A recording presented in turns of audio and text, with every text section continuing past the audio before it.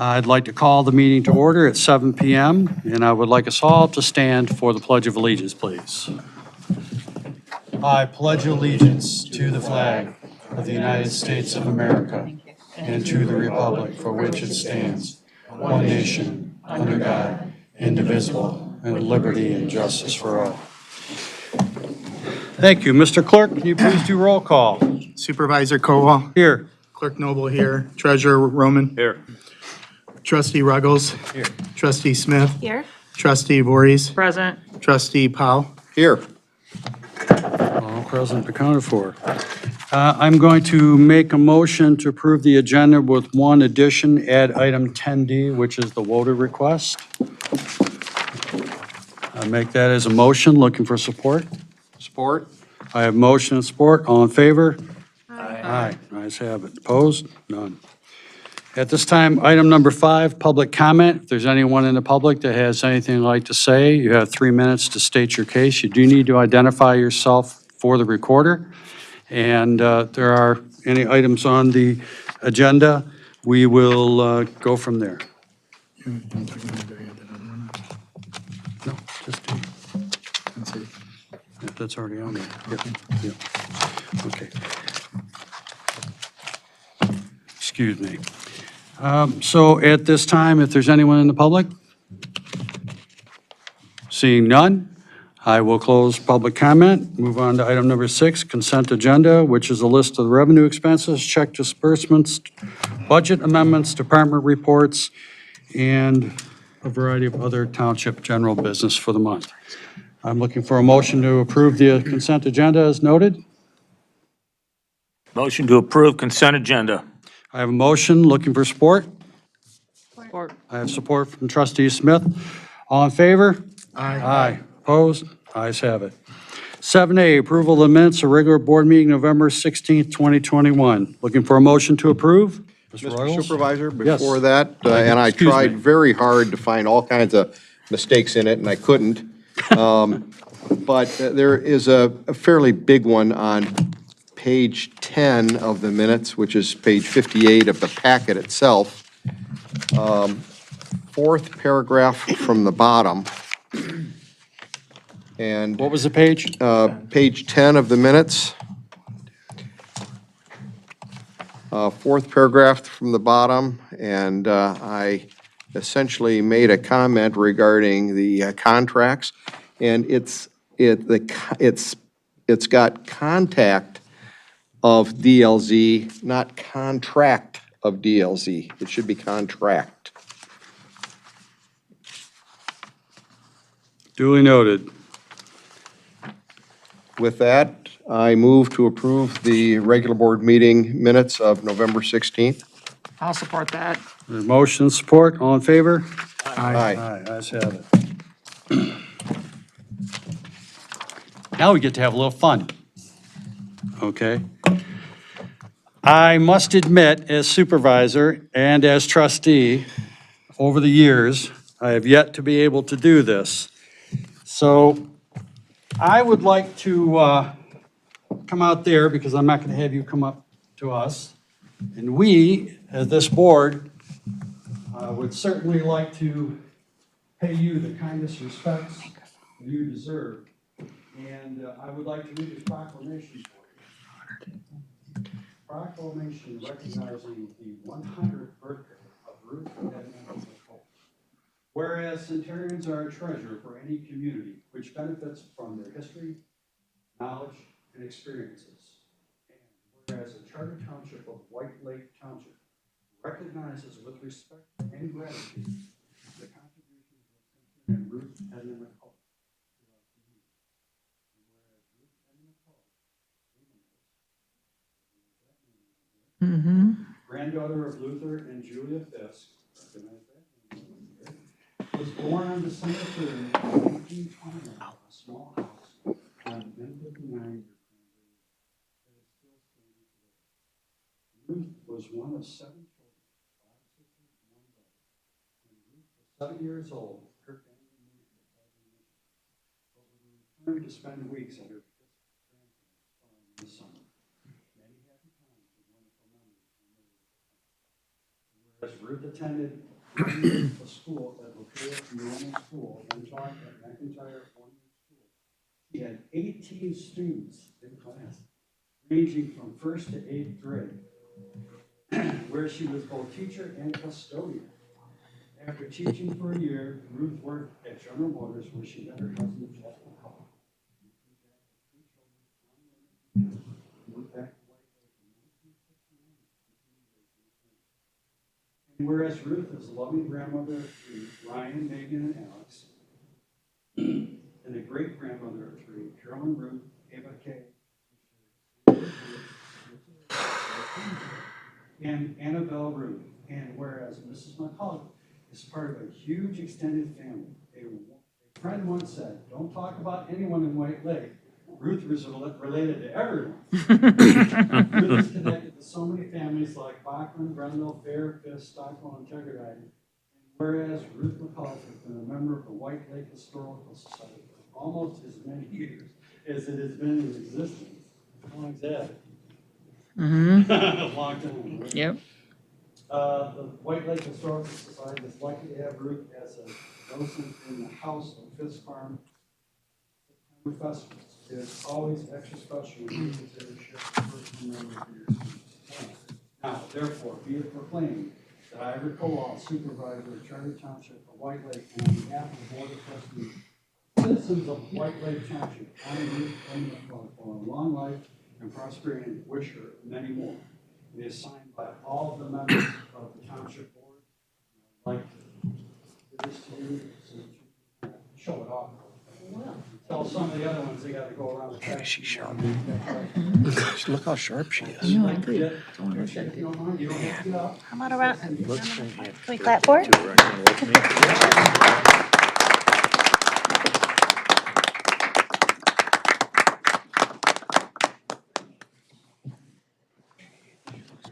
Guys, on three. 1, 2, Oh, we're saying- 3. Happy birthday to you. Happy birthday to you. Happy birthday, dear Ruth. Happy birthday to you. And many more. How do you put that in the That was minutes? fun.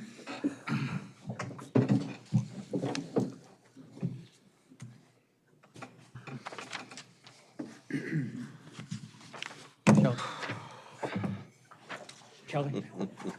Kelly. I want to put that in there. That's a tough act to follow there, okay, so. Okay. 9A, dangerous building, 11142 Windhurst Drive, request by owner, extended demolition date. There has been a request by the owner. I'd like to speak on behalf of the owners. All right, you can go to the podium and you will have to identify yourself for the recorder. I'm Glenn Slabiak. I'm one of the administrators. Last time we spoke was on Zoom. Last time we spoke, I said we were going to get the building structurally analyzed by a structural engineer, and we did just that, by a state-certified structural engineer. All the concerned parties have a copy of this report, and I have signed receipts of all you people. His findings were as, and I quote, overall, the residence is in adequate structural condition. Number 2, the residence can easily be restored and should not be considered for demolition. As you have read in the report, the home does not have to be restored right now. It is of no danger to anyone. Now, why in heaven's name would anyone raise a good home? We are still in the process of replacing the door on the east side of the home. Thank you, good night, and have a super holiday.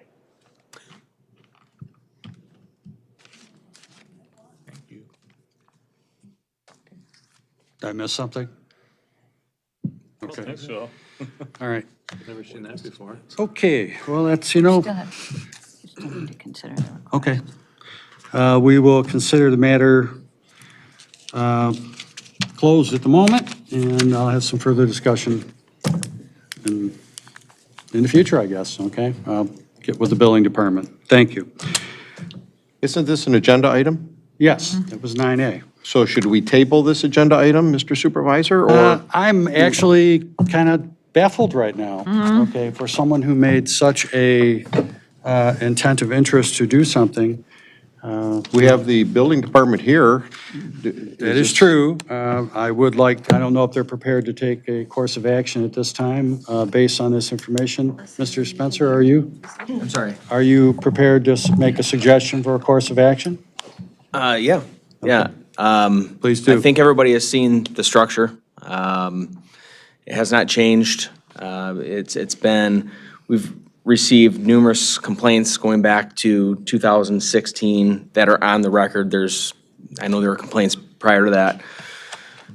It's not a habitable structure.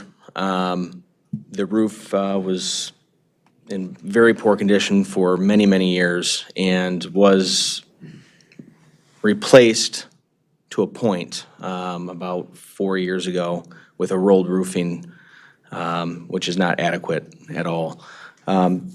The house is boarded up.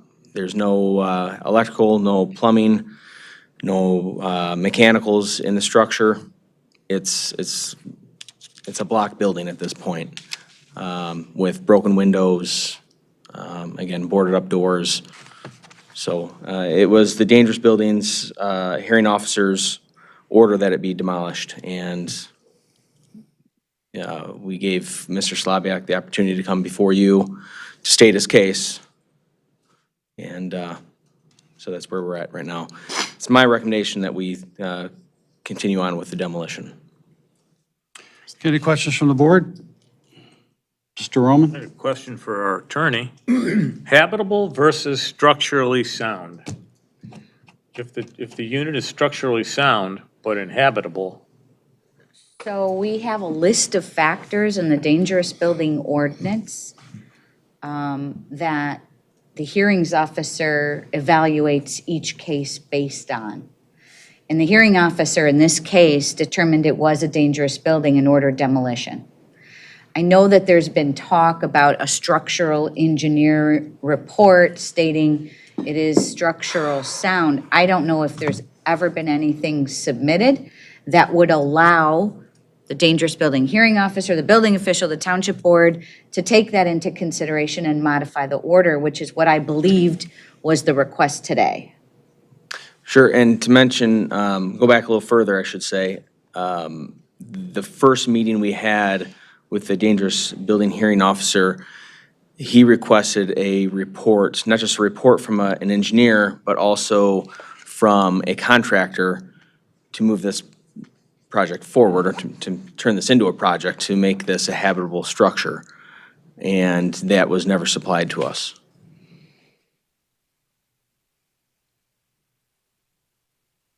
Mr. Paul?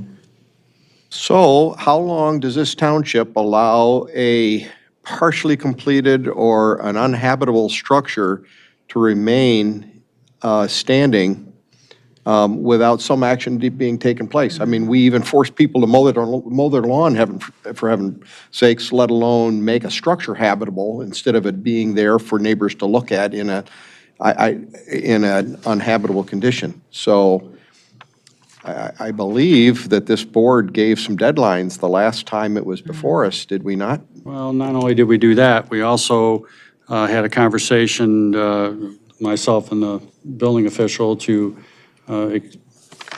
offer him an opportunity to come back and with a plan of action to go in that direction.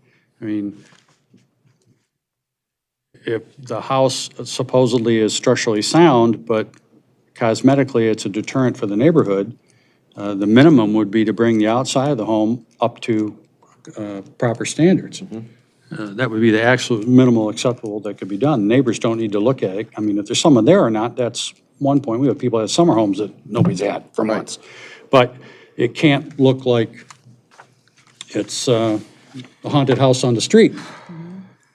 So we do not relish any joy out of raising a structure and have tried to work with this individual.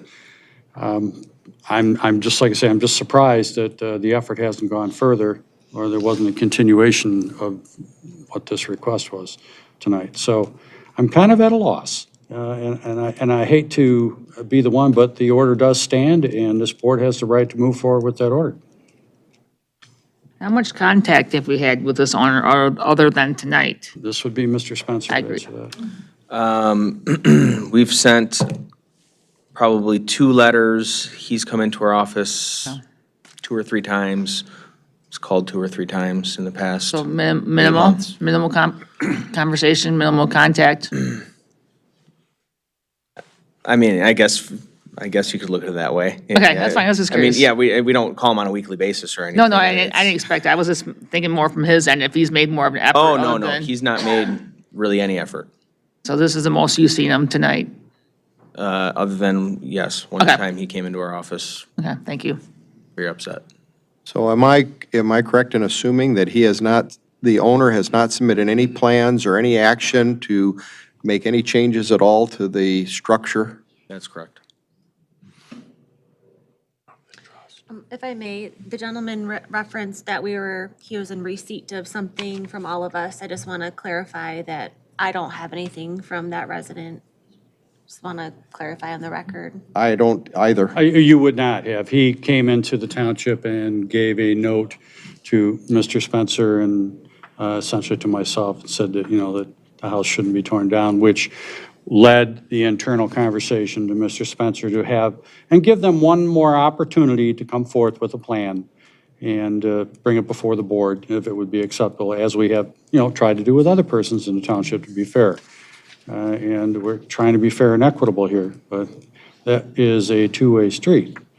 And like I say, I'm just a little befuddled if there's such a desire to remedy the situation, then that should be done, at least to a minimum, to the outside. And so the neighbors don't have to look at that, so.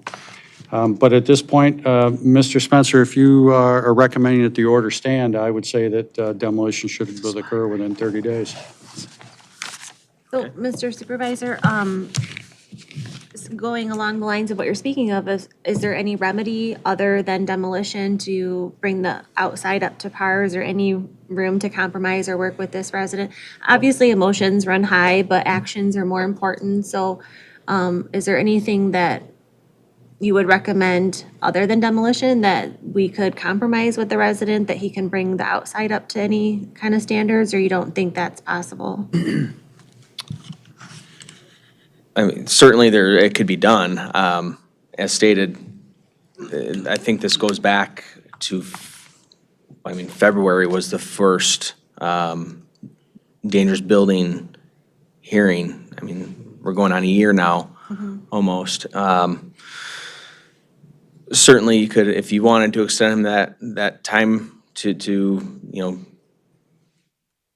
present a plan. That's kind of what I thought we were at before. I thought he would come with a plan. Okay. And that we told him to come with a plan. I guess I should say that. So, it's really up to you. Well, I think what I would like to do at this time is I'd like to consider if we could table this item until the next meeting and see if we can make progress within the next 30 days. And if there's no action taken, then at the next time this comes up, we could order demolition. So the progress you're looking for is different than the property owner, as was stated at our last meeting, actually last year, the property owner would be required to apply for building permits by January 21 of 21, almost a year ago, and that hasn't been done. And then of February this past year, that he was to have a local builder assess it and a structural report presented as to why it should not be demolished and plans to be submitted, and that wasn't done, and that's been almost a year. And the show cause hearing in July, the property owner said that he was going to be selling the property, and that hasn't been done. So the action hasn't really been followed through with. So what are you looking for in the next 30 days that this board hasn't provided in the last year? Well, when you're talking about someone's property, you probably have the most valuable thing that they own. And we as a board are in a position of authority and power that we can order this done. What I would always like to do is give everyone that last-ditch effort opportunity. And this gentleman was representing the other gentleman, so we're No, not he sure. was the homeowner. He- Or I not beg your pardon? homeowner, I should say property owner. Nobody lives in the home, obviously. Okay. He is the property owner. It was owned by an estate. I Is he I the- believe the he is true the executor executor? of the estate. Yeah, it is owned by a trust, I believe. Okay, and trust, yeah. And I'm not clear on who Is he the executor? Do we know this for a fact? Do we have a copy of the trust?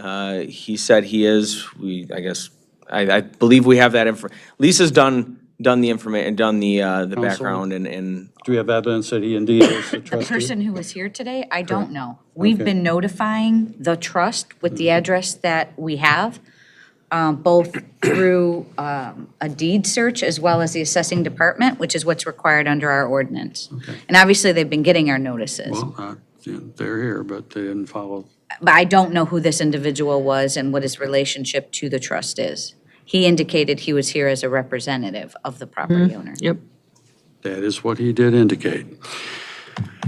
So I have no problem in your recommendation of tabling, but I'd like to know what you're looking for as a Well, drop what dead. I'm looking What is your for- line in the yeah. sand that he can't cross I'd over? said I'd give it 30 more days, that's it. And But to do give- what? To do what? 30 days for them to come in with a plan, at least to bring the outside of the home up to standard so that the neighborhood doesn't have to deal with it, and hopefully has a long-term plan. It is in a trust. We don't know their financial situation, and just because it's in a trust doesn't mean that they have the immediate economic means to remedy the problem. There could be some discord in the trust, and that may be what's causing the problem. I know these things happen, okay?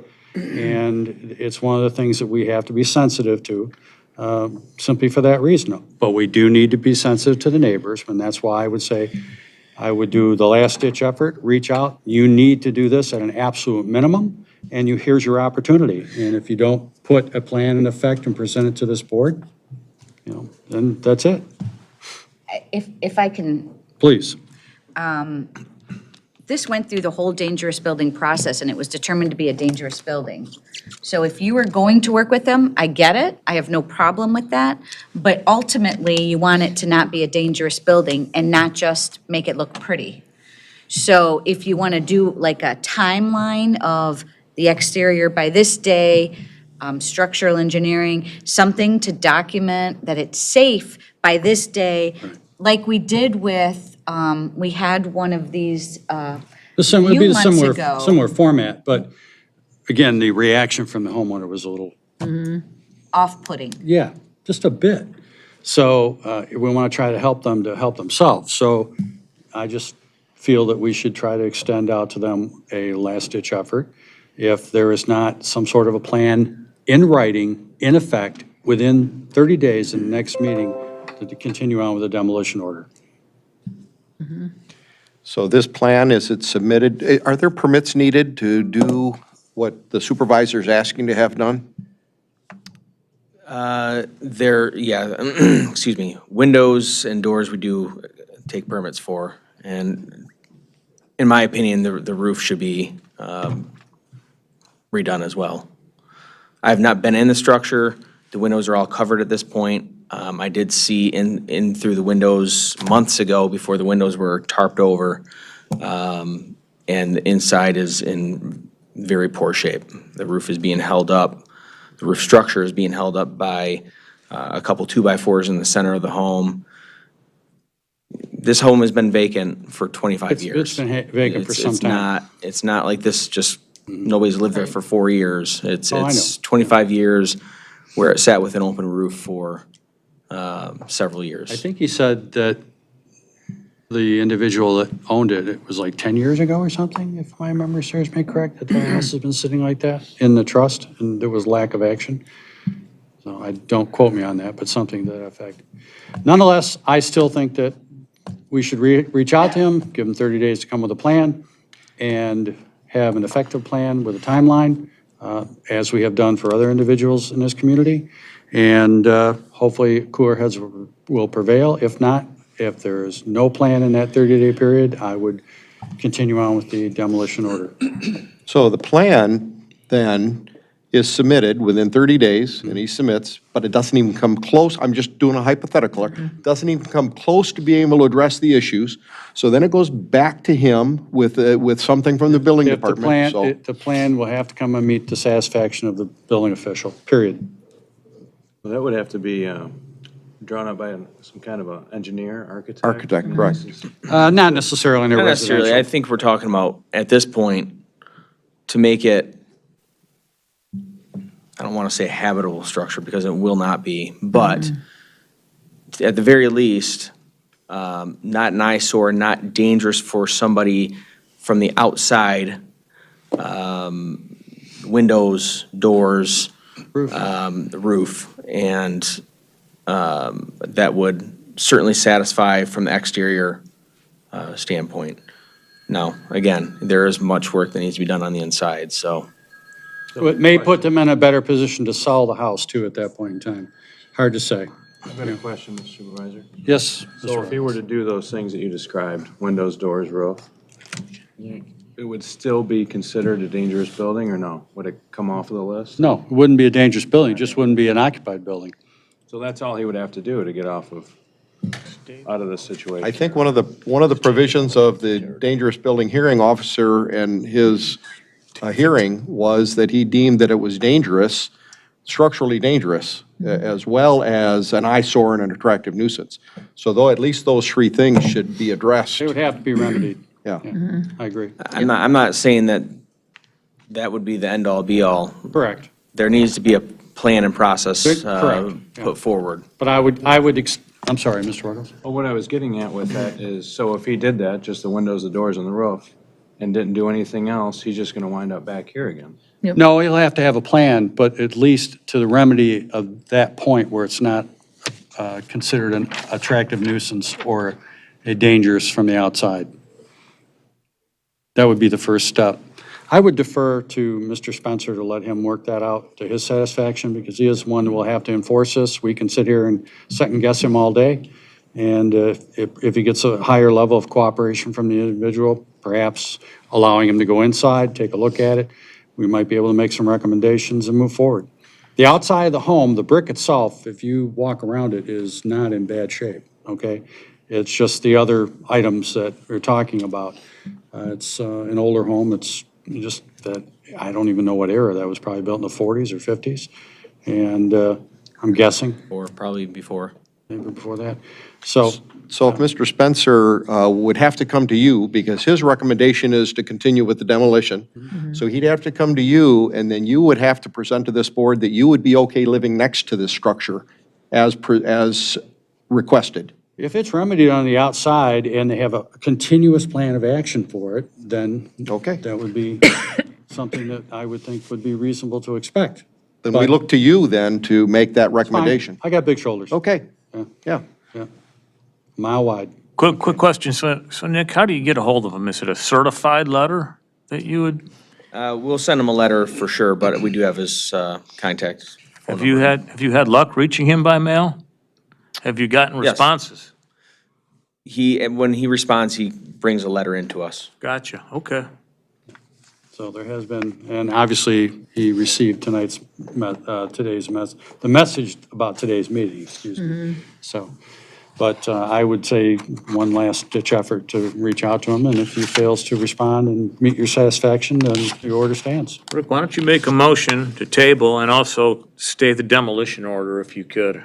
I sort of did that, but I'll make it official. At this moment in time, I would like to table this until our next regular meeting and have a stay of demolition at this moment in time. That is in the form of a motion. I'll support it.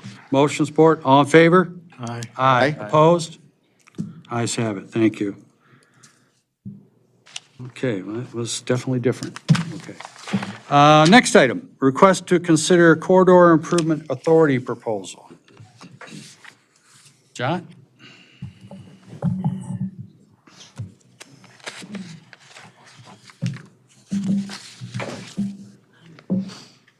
Hi, everyone. How's that, Sean? Is that good? Yeah, I'm picking you up. You're good. I'll let you know if. Good evening. Evening. Before you go, happy birthday.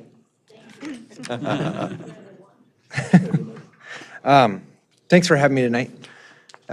So tonight in front of you, you guys have a letter from me. You also have a scope of work and some fees. And tonight, we want to talk about the scope of work for the Corridor Improvement Authority proposal. We have two people that are working on this alongside of myself and River Caddis, and by people, groups. We have Giffords Webster, and the representative for Giffords is Jill Baum. And Jill had, I think, 2 other meetings, one in person and one via Zoom, so she wasn't able to make it tonight. But the other person is Eric Helzer from Advanced Redevelopment Solutions, who's going to be assisting with a lot of different aspects of this proposal, and we'll be able to speak on fees, the scope, the understanding, what we're trying to accomplish. I don't, while this looks like a letter and a scope, and I'm putting it on you guys, I want you to understand it from, the base level of what we are trying to achieve by doing this. So I'm just going to frame up the conversation a little bit right now, and after I do that, I'm going to let Eric kind of explain to you the process and what we're trying to achieve and what we can achieve from this. And then after that, let's go into a quick Q&A and hopefully answer all of your questions that you have so that we can make a motion based off of a couple different things. So as you all know, we're working towards a public-private partnership. We're all trying to work towards this goal of creating this destination in White Lake. And to do that, we're looking to be creative or to leverage the resources that we have or are about to have. One of those is private development. We're also trying to get our municipal facilities and update them through this program.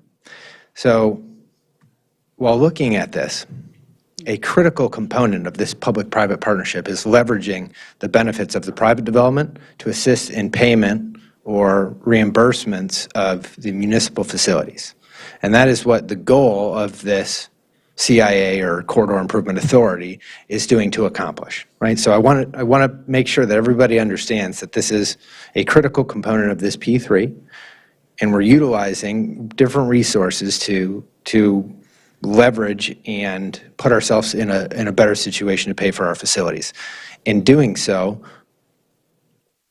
providing a relief of burden to the public, right? That's what this goal was to do. How do we marry the public and the private sectors to put less burden on the public, right? So that is essentially the main point of this. And what we've done through, or up to date, is create this professional service agreement, whereas River Caddis is the development representative in this project and is holding the contracts.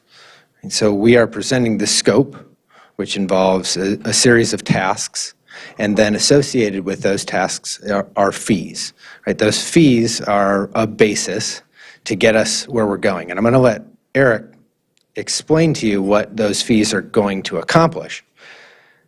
But at the end of the day, the goal of today, or the goal of this conversation, is to understand the scope, understand what we're getting from this service, from Giffords and from Eric, and approve the fees and the scope based on what we're getting back. Now, the township, the way that we have this set up today, is not the one who's going to be directly paying for this contract. It's not the one who's directly signing this contract. What we're doing is approving a scope and fees based off of our professional service agreement and our amendment to move forward in our end goal or our end objective.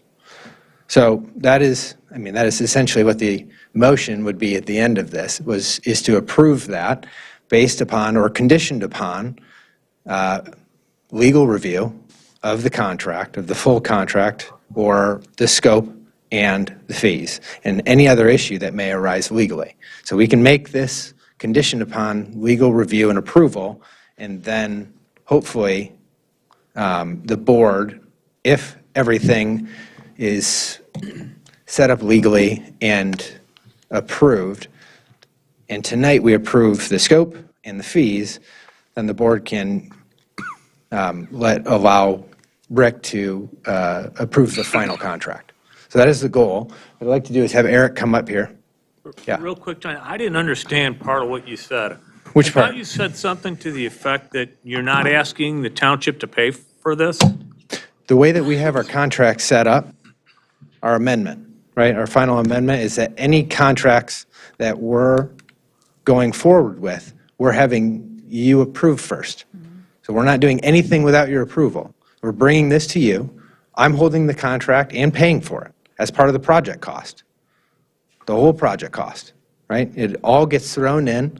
We marry these all together, and we create this cohesive development through all of these costs, right? They get put into the normal pro forma and go from there. The way that we have this set up today. Yeah, I'm still at a loss. So I'm asking council for her thoughts. Let's walk through it. I'm happy. I can help. Okay. From what I understand of the arrangement, is that the township will not be signing any of the contracts with the contractors or directly paying the contractors. You will be paying River Cadiz, who will be signing the contracts essentially on behalf of the township, but the township not being a party to that. I have had conversations with John Gaber. I don't know if he's communicated with you. My understanding was that he was going to have discussions about the township being on the contracts. I don't know where that is right now, which is why I was a little surprised that we're still heading down authorizing the supervisor just to approve the contract and not necessarily it be a township contract until this issue is resolved. But I guess those details can be worked out with lawyers and the supervisor as far as who's on the contract, who's not on the contract, as long as everybody is on the same page about the scope of services and the dollars. Correct. Fair enough? Yes. I mean, I would say there is that big question as to procurements, as to who's signing the contracts. And being a very critical component of this development scope, it's also the most time sensitive because it takes the longest amount of time. So we're But trying. we are going to pay for this. You're asking the township to pay for this, correct? Well, ultimately, at the end of the game, Like, yes. comes out of the big pot. Yeah, it comes out of the big pot. Yeah. But we're going to pay for it. Ultimately, we would pay for it when we initially went into the agreement that said they would come, like he's doing now, before we went forward. That was one of the big things, that they would come to the township before any monies were spent. And this is what he's doing. This is the first one, the first presentation of services from an outside vendor that he's coming forth to get our approval on to go forward. Got it. Mr. Roman, But our contract with River Cadiz says that if we approve the subcontractors, White Lake Township will be responsible for the payment of those contracts. We will ultimately be responsible for it. We just don't know when yet, but Correct. we will be We will responsible. ultimately be responsible, yes. I mean, if we're looking at not a crystal ball question, but essentially when this payment comes to fruition, right? How I believe it today, it'd be the first draw of the construction process, which then becomes the larger scope of the entire development cost, which would include all of your professional services, your attorneys, your engineers, your contractors, soup to nuts, right? This is a project cost. And this project actually is designed, this professional fee is designed to help pay back the facilities. This is a very critical component of this P3, or public-private partnership, that we're kind of working towards together. So I know it's a cost, but everything has one, and that's what we're trying to do here. Okay, Jen, are you going to come back to the podium? I'm gonna stand right here, so I'm not too far away. Because I know I had questions for you, but would Absolutely. rather follow your protocol and we'll listen. I'm hoping Eric Eric, answers a ton of them, and, oh, there he is. So I'm just gonna let him talk. I'll stand right here, though, Mike. I'll be up here as long as you want me up here, so, yep. Again, my name is Eric Helzer. I'm with Advanced Redevelopment Solutions, and I'll be working with Giffords Webster in the development of what are essentially two plans. You have a development plan and a TIF plan, okay? They, for cost purposes, for expediency, for public hearings and so forth, we generally put both of those plans into one document. It is just more efficient to do it that way. So the way the scope was written, while it looks like it's one document, it's actually essentially there's two separate paths that we're working on. I understand that there's some potential priorities of this board and other boards as far as wanting to have certain answers. And I get that a lot, especially in corridor improvement authorities. One of the things about a corridor improvement authority is a tax increment financing plan. It is very similar to a downtown development authority. So you have what I'll call a development area, sometimes referred to as a district. That development area normally is where you capture all your taxes from. What is uniquely different about our approach on this is that inside of that development area, we're going to identify specific tax capture areas. So instead of capturing from the entire development area, we want to leverage only those key development parcels that have the highest improvement opportunities, highest private investment opportunities, thus the highest incremental increase in tax base. That's the goal of doing this. I've done this in other townships, just had one approved last week in Delta Township outside of Lansing for the Saginaw Highway Corridor. And we actually identified two particular properties, large development opportunity properties. So this is where you have a very low base value and you have nothing but a high gain. So what does that do for the township? By only leveraging a couple of areas, it could be two, it could be three, we don't know. We've anticipated a no less than two in this scope. It could be three.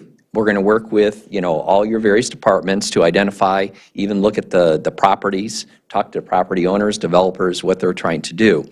And we'll work with you to identify what makes sense. And this way, you're getting the continued increase in taxes on all those other properties within the district or the development area. Now, by capturing, let's just assume it's two areas only, just for discussion purposes. By leveraging and capturing only those two areas, we can then spend it anywhere in the district. So all of the infrastructure that you need, all the improvements, beautification, your public facilities that are being planned for the township, they can be then put towards those particular projects. And that's a whole separate task in here, is also to what's called projects in this scope, and that's under the Corridor Improvement Authority Act. The other, some people call them activities or tasks. So what could those be? It could be a water main. It could be sidewalks. It could be lighting. It could be a building. So those will be identified, those specific goals and objectives, and you see that kind of smattered through here in various pieces of it. What does the township want? What does the community want? Where are those needs, and where is it best to place those resources? So once we identify those costs, we understand the revenue, we marry those two together. And what that derives is time. So the CIA can go out to 30 plus years. It can be amended, it can be extended, not unlike a DDA. But the goal, of course, is not to have these huge multi-year plans. So if the township has an identified goal, let me just throw out a number. Let's say that goal is, $50 million worth of project costs. And we derive, based on the revenue that's going to be generated from those capture areas within the development area, that it's going to take 20 years to complete that work and get the necessary revenues to pay off those expenses, then we would recommend no less than a 20-year TIF plan. Now, when we get to that stage, and it's somewhere in the middle of this work, a key component is with the CIA, just like DDAs, is that the taxing jurisdictions that we are leveraging from can opt out. We don't want opt-out. We want their participation. So we'll be working with them. We'll be working with the county, who's going to be the biggest player in this. And we're going to show them that we've got cost control, we've got limited capture from only, a few areas, and that they're going to continue to get all of the incremental growth throughout the district for all those other properties.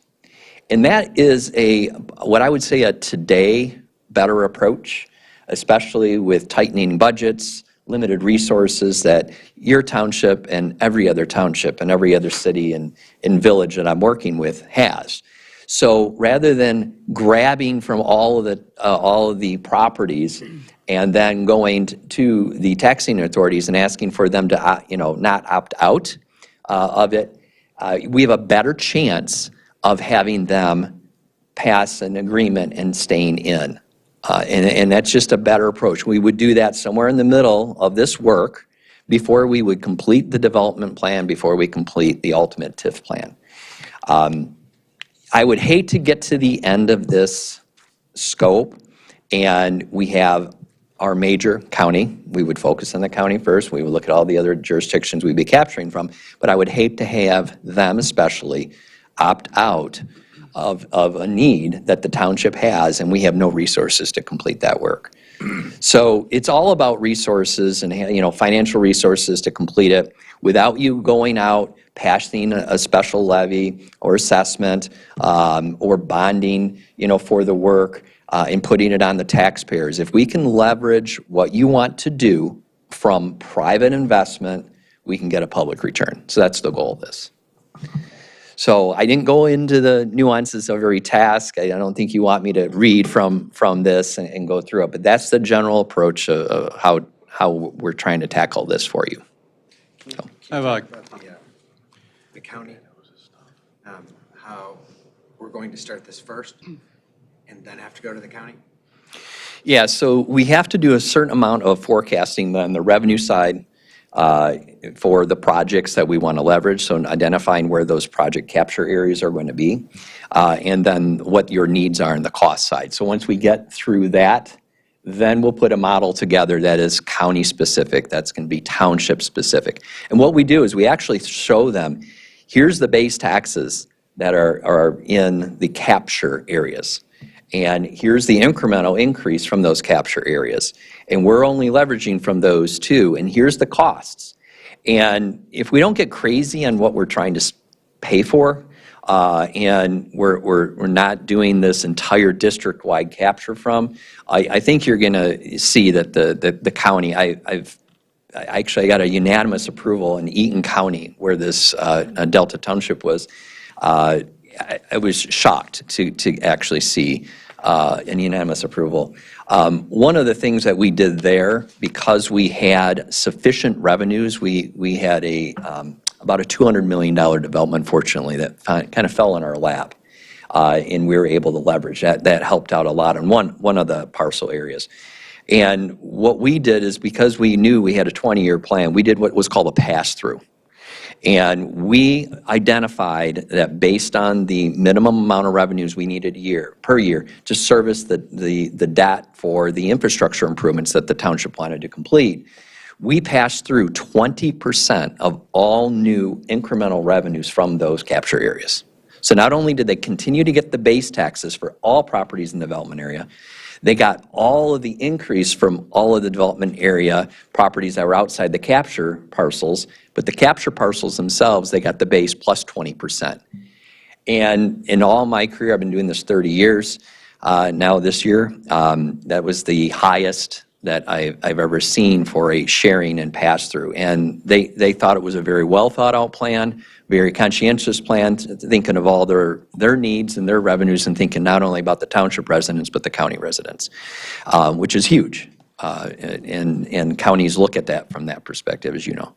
So, Guys, I think you both had a question. Yeah. When you identify an area, is it more than one parcel, or are you looking at like there might be 3 or 4 parcels in one particular spot and 2 or 3 parcels in another? Correct. So let's say a developer is eyeballing, 5 parcels to do their mixed-use development. Those would be the 5 for that capture area. And then we could go into another capture area. Correct. But they would all be essentially in the same, They're all within the development area. They have to be within the development area. So that's one of the things we're going to look at. You did have a development area plan approved many years ago, and that's about as far as this whole thing got, right?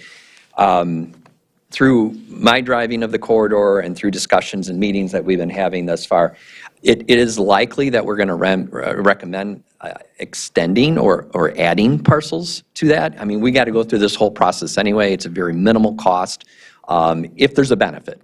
If there's not a benefit to doing that, then we certainly wouldn't recommend that to you. Mr. Roman? I had a question, it was basically the same question. Could you define what an area is? Because I think the pricing includes 2 areas, but if we add on to that, I think it's an additional. Yeah, it was about 5,000 if memory $5,000 serves. per other area. I believe that's right. I think it's so getting the base model, working with the county, getting all of our models set up is really where the brunt of the cost is. So we spread that across 2 capture areas. It doesn't matter if it's 5 or 10 or 15 parcels. Okay, so you got the whole. Eric, we have 1 area here in White Lake Township. So we're going to identify. It sounds real subjective, though, to be honest with you. Yeah, so it doesn't matter, those base parcels, it's a more of the process and the time it takes to go through that development. One of the things is the incremental increase in value. So we have to work with equalization, we'll work with the county assessing office and treasurer's office in addition to your staff, and we have to get them to approve of that. We always like to get them to approve of that, gets that buy-in out of the gate. But yeah, so we're talking about however many parcels, but they have to be part of a project, a particular project area. It could be 1 parcel, it could be 5 parcels, it could be 15. It doesn't matter. Have you had any luck getting the school systems to buy into these TIFs? We're not proposing to have the schools captured at all.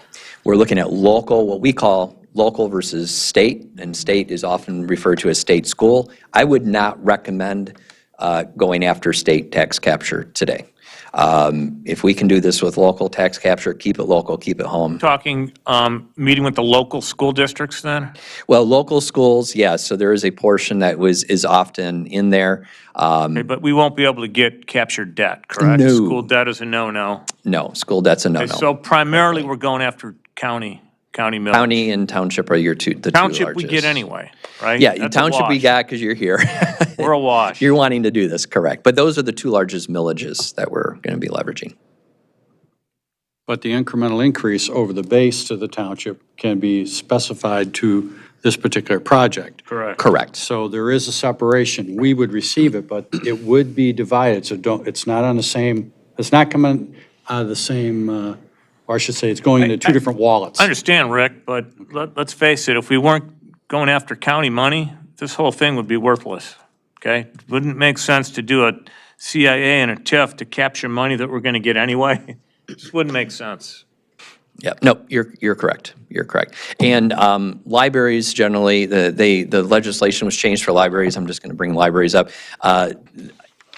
All of the taxing jurisdictions have once this goes through the process and is approved by the township, I think it's 60 days, where they can opt out of it. They're automatically in, except for libraries. It's the reverse.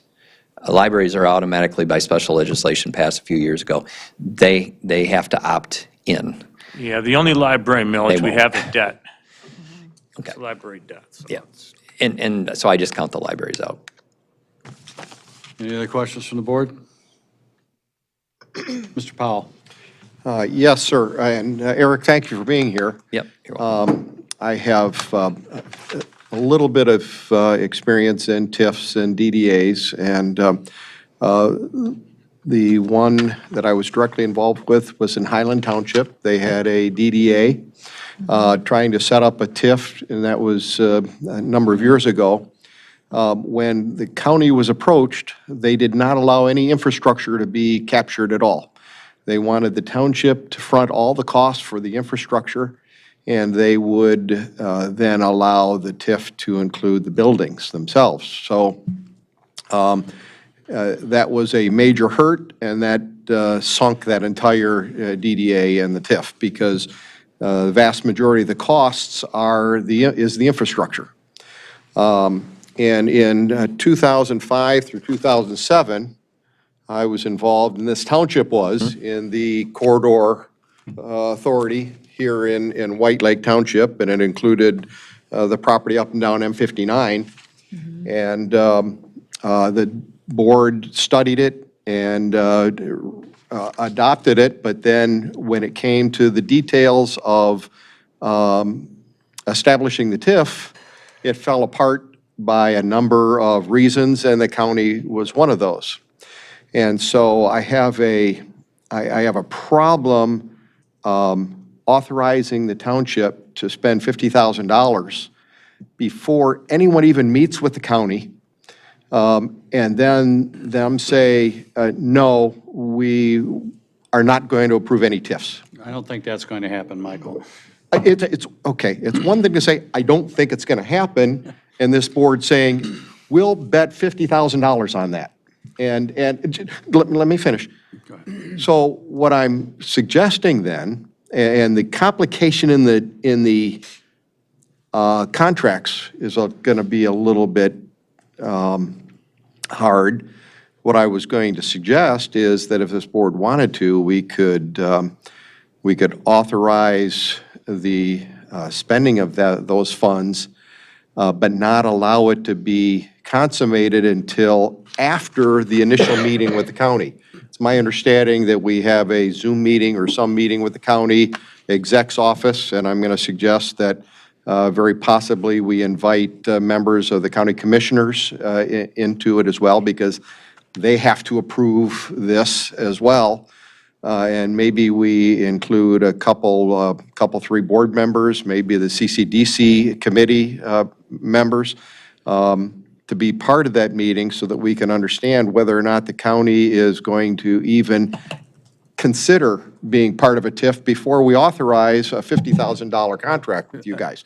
I understand. I'm just making a suggestion. It's already, these things you're talking about, Mike, are already taken into consideration. But, And okay, but you didn't share that with us. I was trying to, and All you right. kept telling me to shut. So you gave me the floor, and so I'm suggesting that without a doubt, a corridor authority and a TIF is without a doubt, the best way to do this. No doubt about it. I just want to make sure that it actually will come to fruition instead of being slammed after we've signed a contract. The intent here was to get the scope of the work understood, have the pricing understood, what it was, tentative approval, subject to council's approval and further information. And one of the things would be this meeting that I believe, Sean, Mr. O'Neill? Last week, I spoke with Oakland County and kind of brought to their attention the fact that we were moving ahead, I believed, in this direction. And they had offered to meet with us via Zoom after the first of the year. So I followed up this morning with an email to that same group asking, for something that second week of January. And I'm happy to include whoever you feel would be appropriate. And I don't object to the suggestions made by Mr. Powell. The county's obviously aware that we tried this before 15 years ago, and it fell short. And I think they were optimistic that we would have better luck this time around. So those wheels are turning and in motion, so. Unfortunately, I didn't get an opportunity to divulge that.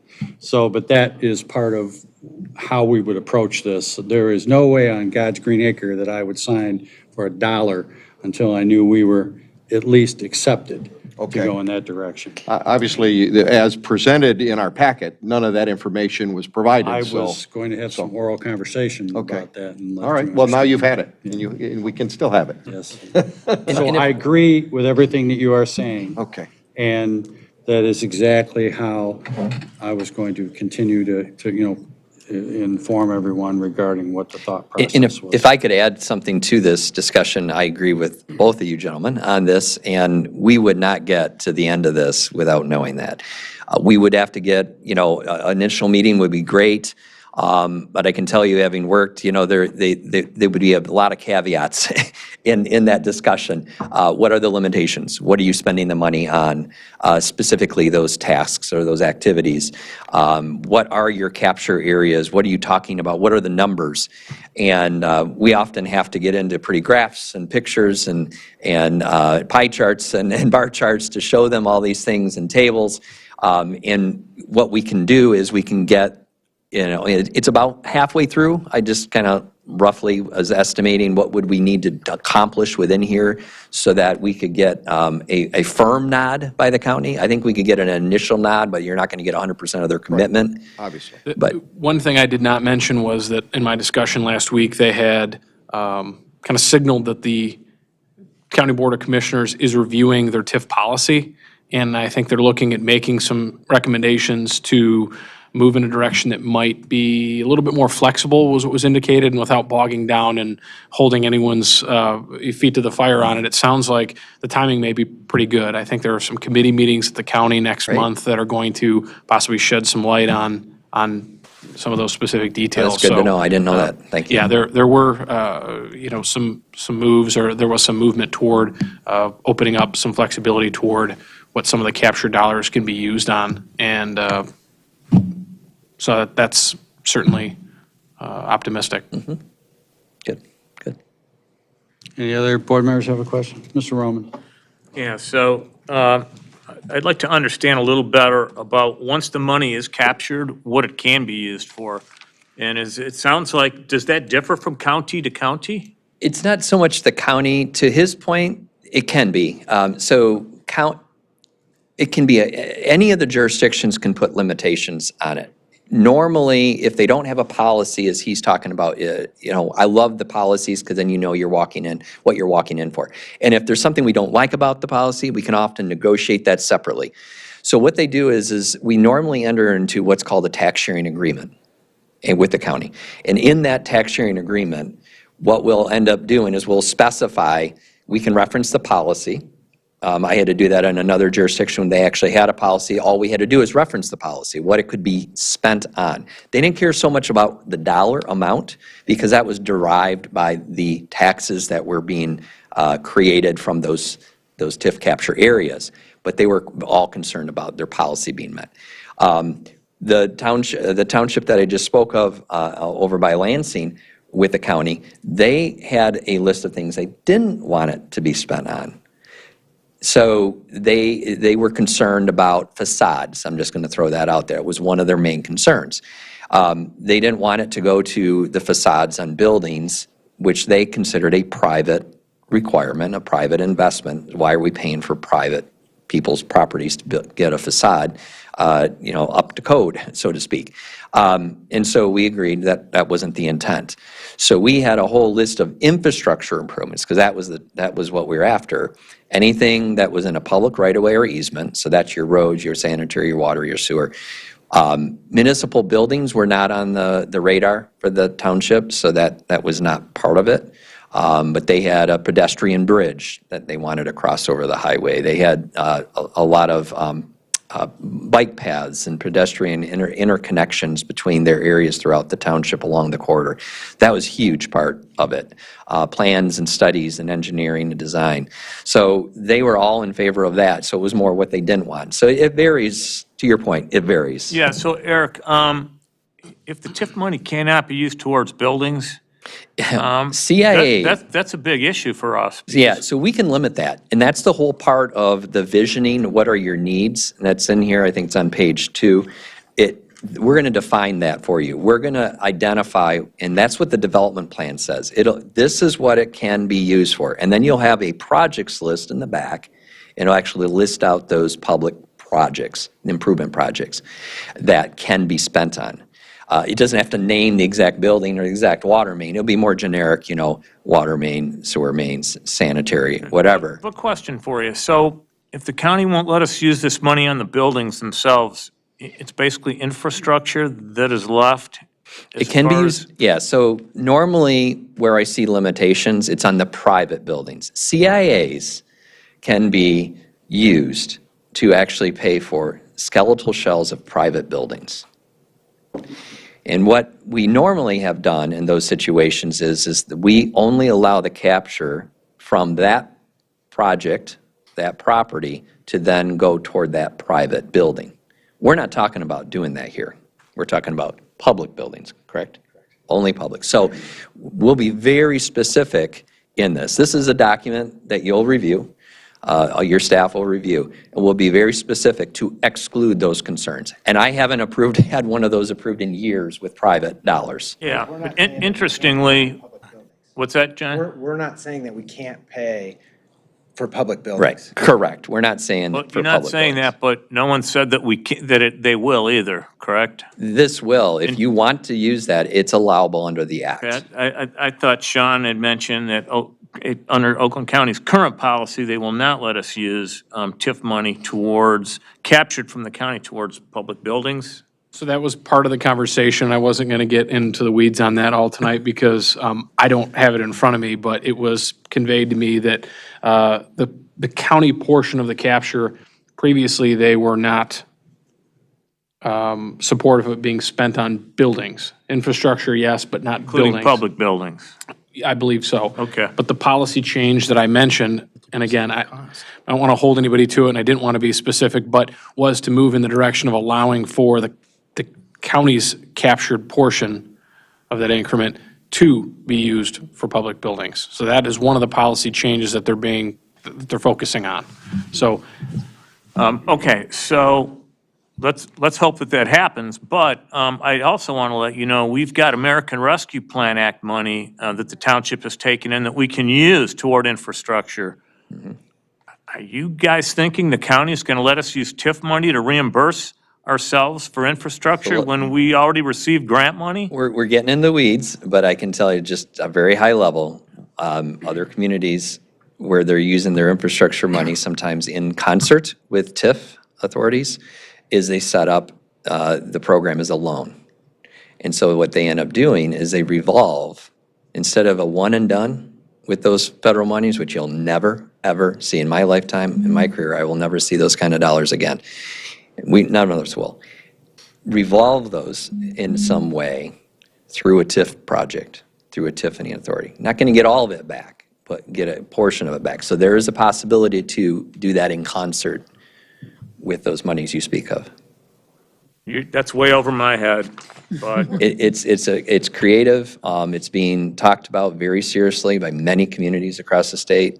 Otherwise, it's a one and done, and they're not going to be able to use it. So again, there's certain projects that you're not going to be able to TIF it and get it reimbursed, but we need the Corridor Improvement Authority established. The only way that is even possible is to have the authority, to have the TIF plan in place so we can benefit from those creative approaches. When I look at the cost structure of this, you guys, it seems like there's so many additional fees that could hit with all these meetings.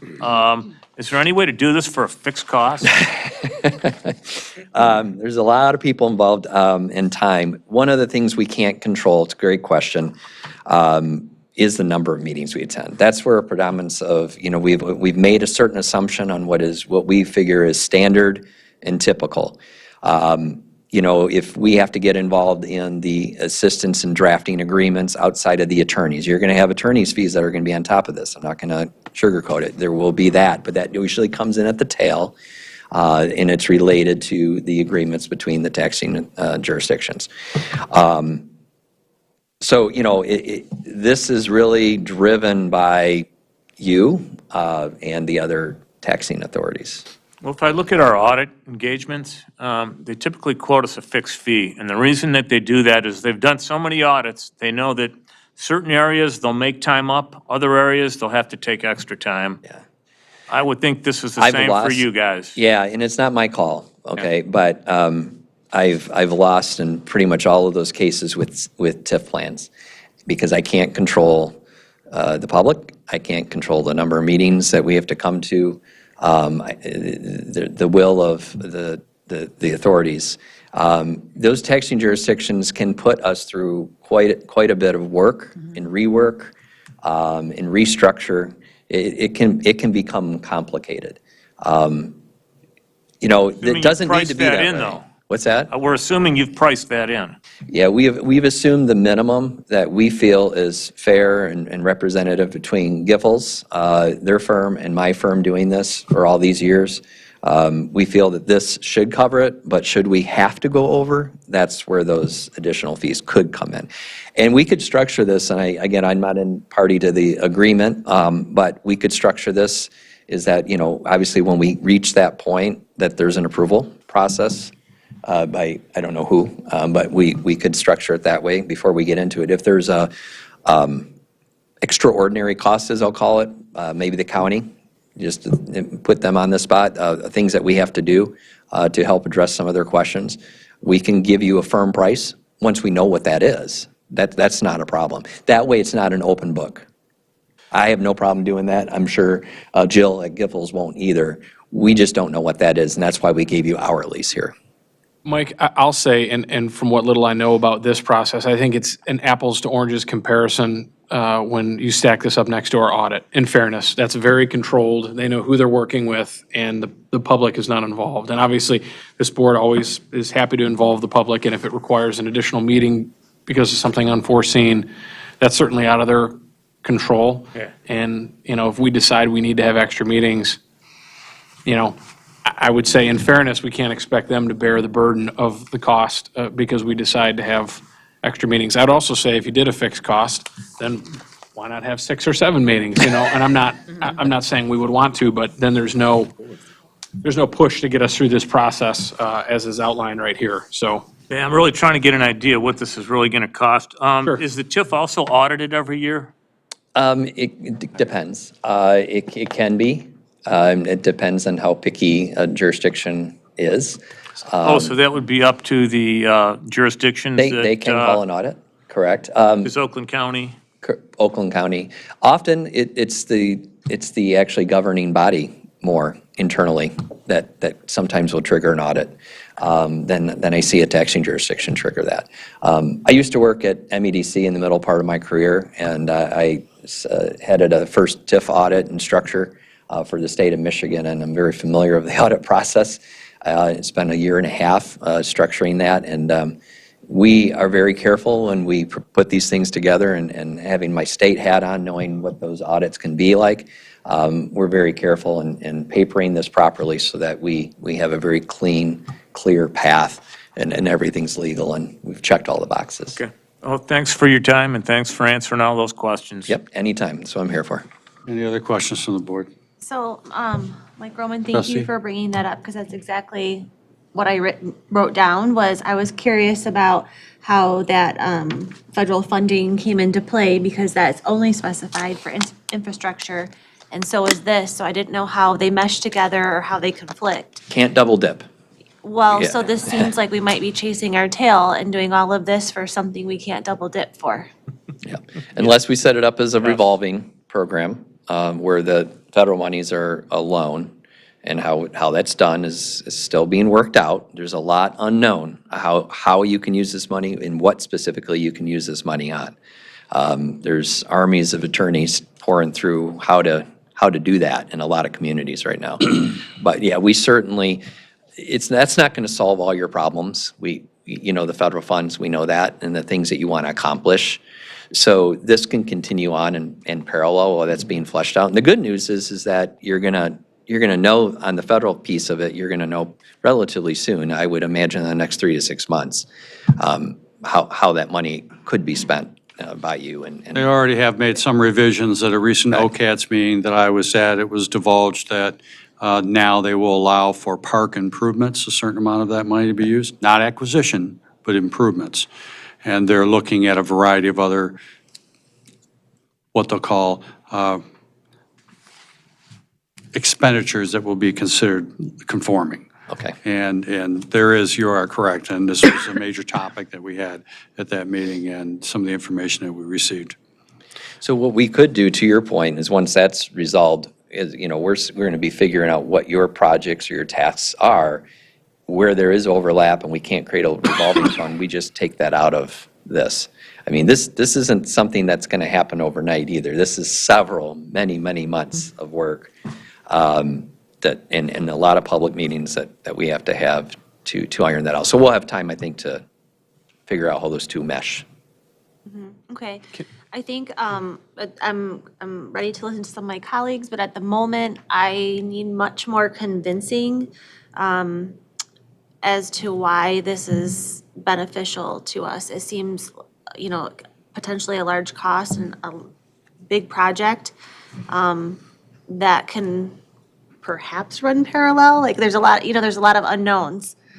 Yeah, and I don't know your budgets for certain things and what you're trying to do, but in other communities where I'm working in, with what I know you want to accomplish and through the contract that you're trying to do for your public facilities and buildings, the TIF is going to be your largest opportunity to be able to finance having a revenue stream from a private investment that is not there today, capturing that investment, those incremental taxes, where we know what that revenue stream is.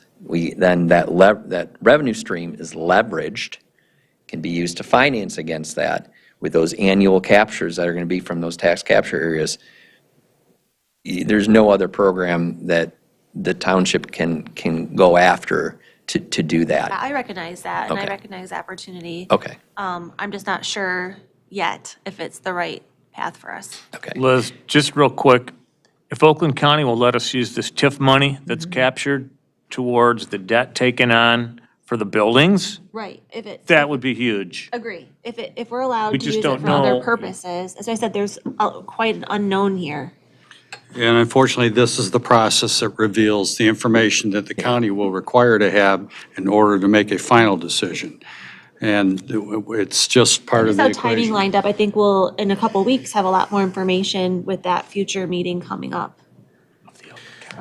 Well, we would probably get maybe a preliminary, okay, we'll entertain this and we'll move forward and see where this takes us. As far as a hard yes or a hard no, it'll be based on the formulation that You're comes through correct. this. Yeah. So no one's going to be able to answer that question.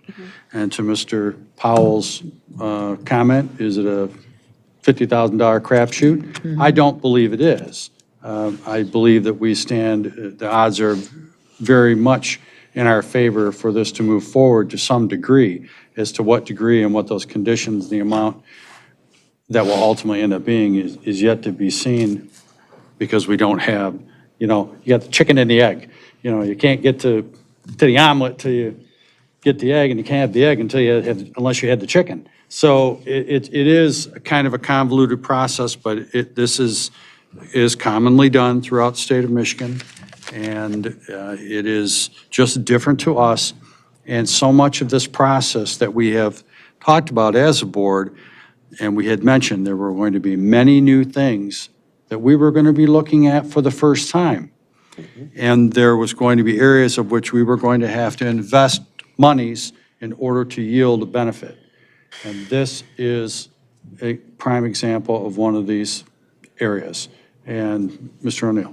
Two quick things. Could you address the timeline? I know this is and you mentioned it, Eric, a months-long process, and I know we're trying to accelerate that if we are able to get moving. And then kind of the second part of that is, how far can you go back to capture? And I think I had an opportunity to sit down with Eric several weeks ago, and, the stuff that he talks about is not something that I deal with every day, but I could have listened to him talk for another hour. And so I appreciate your time, but I think we talked during that time that, when the district's established, let's say it's 8 months from now, there's a period of time that you can go back and capture, is there not? There is no statutory time. That is a decision that you can make. What I recommend always is to set a policy as far as what we call a look-back period.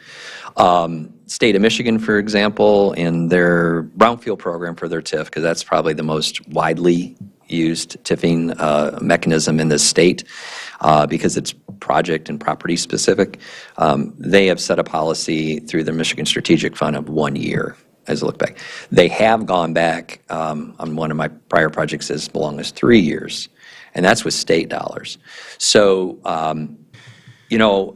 I wouldn't reach super far back like that. Years sounds reasonable to me. If you can make a case for going back farther.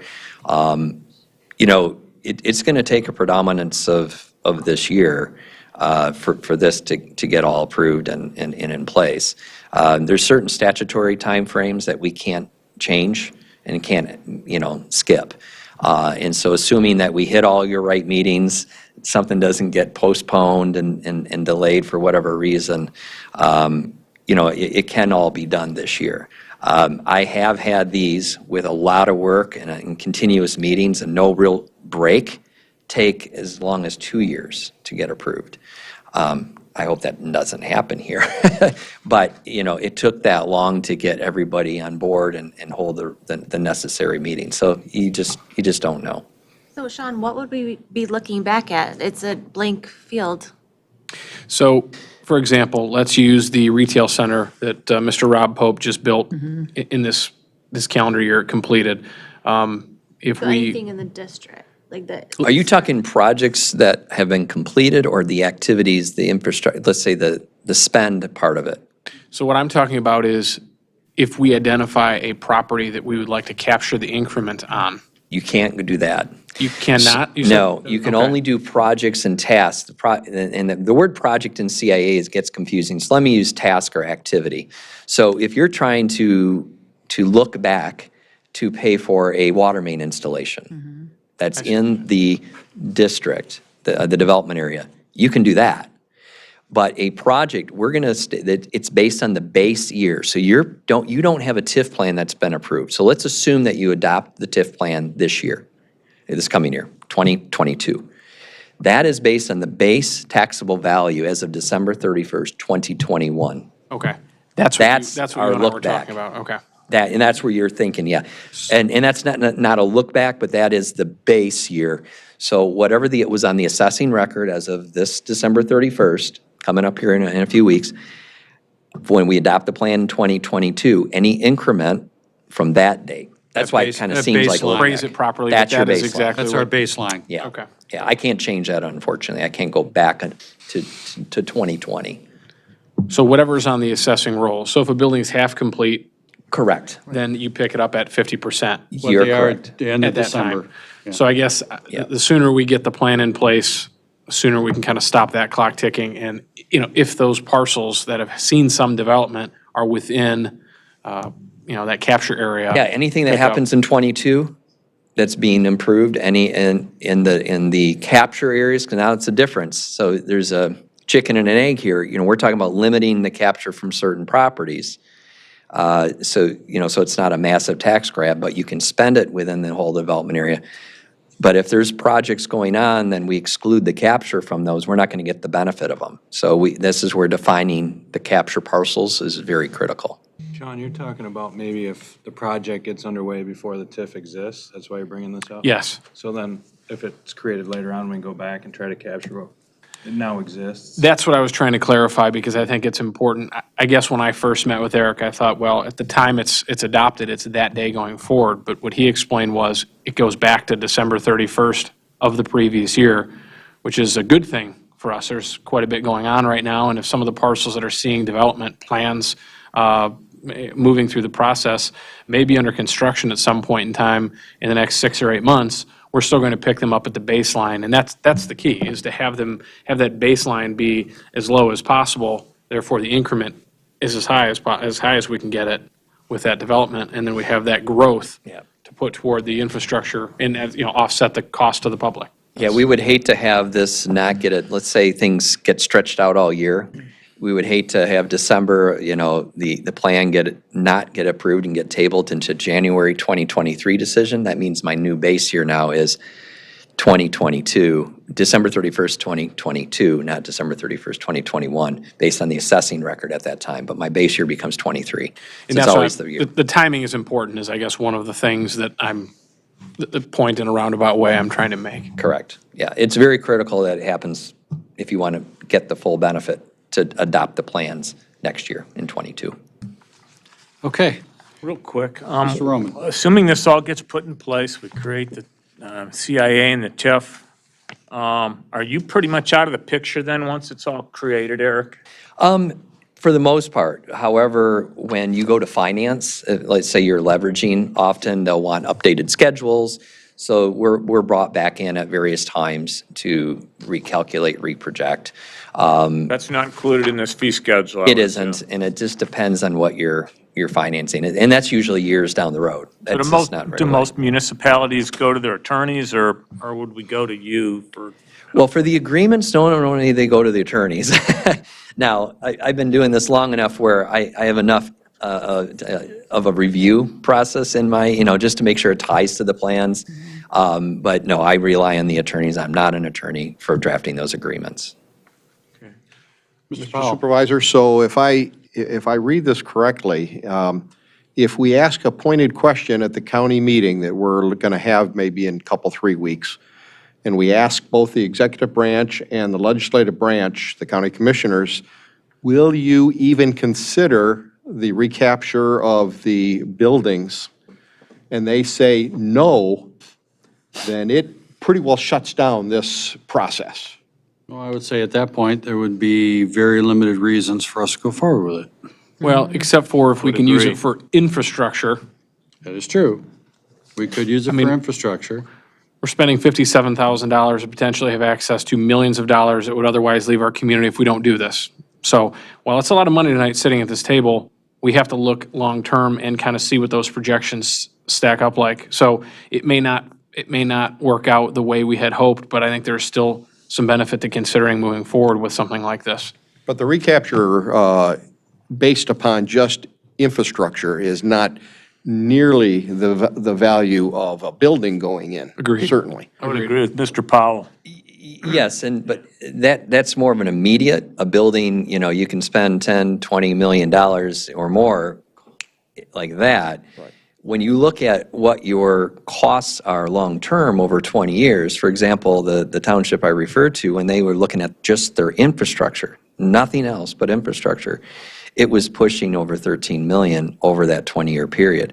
So it was a substantial benefit for them to continue on. They only did the CIA for infrastructure, no buildings, no nothing else.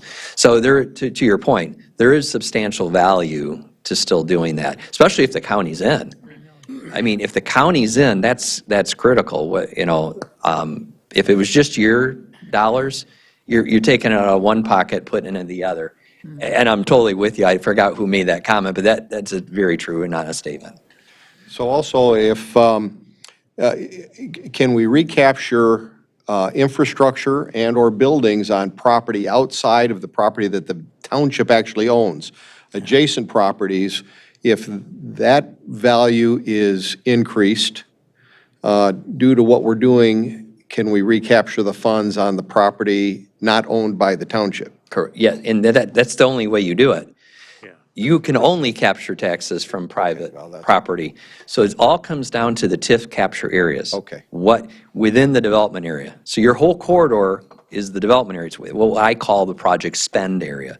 Where we capture from, we're trying to limit it, so we're not doing a massive tax grab. But if we miss an opportunity property, maybe there's that third one we never considered, and just because we didn't really think it was going to happen, we should have probably included it. And I did that in a different community, and it paid dividends. It was a parcel that nobody thought was going to develop right away. It was a very large tract of land, and they're seeing the benefits from that. Okay, thank you. Yep. Trustee Powell, Yes. with your experience, the infrastructure is probably one of the most costly things when you're doing a site workup, correct? Absolutely, it is, besides the buildings themselves. And that is what's going to enhance the value of the property, is the infrastructure that goes in, and then the buildings come afterwards. So using your expertise, it would be a win capturing that just for the infrastructure, and if we get the green light for the buildings to shell them out how he previously stated. As I said, the TIF plan, if accepted, is a huge win for the recapture Okay. of funds spent. Yeah, I'm just trying to take what you were saying earlier. Right. Put it together. Good points. So I guess my question is going to be to Lisa. Is there any way to move this forward and not physically commit this $50,000 until we have some kind of feeling from the county? I think that's our best. I mean, that makes the most sense. Yeah, I was going to make a Mike has a motion, motion ready. Perfect. but should I wait for Rick? Yes, probably I should. think that, oh, go ahead, Scott. So, Eric. Yeah, sorry. You mentioned that you would get to about the halfway point on here to have enough stuff to go to the county and get some real feedback from them? Yeah, so if I was to look at the task list here, you get defining the corridor analysis, a certain portion of that would have to be done so we know what we're spending the money on, and where the needs are, so to speak. We then, there's a public workshop that also flushes out some of that. I'd have to talk to Jill to see if we would want to do one of those meetings. And then we would want to, when out of that, we would know where our development capture areas are out of the development area. We're assuming 2 here. We would have to get a predominance of that under our belt and then marry the revenue to the costs. That would derive we're recommending a 15-year, 20-year, 25-year CIA to you. And then that is going to give us the breakdown of the millages and the impact to each of those impacted taxing jurisdictions. So that's probably what the county's going to want to see too. That's, I'm sure. They're going to want to see real numbers. So when we meet with them in January, I agree, I forgot who said it, we're probably just going to we're in support of this. Yeah. We're looking forward to you, continuing forward.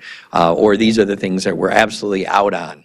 And then, then you have to make a decision. I think that's about the best you're going to get until they see numbers. Okay. So, yeah, it's roughly about half of the scope. I'll make a motion. Mr. Rowan.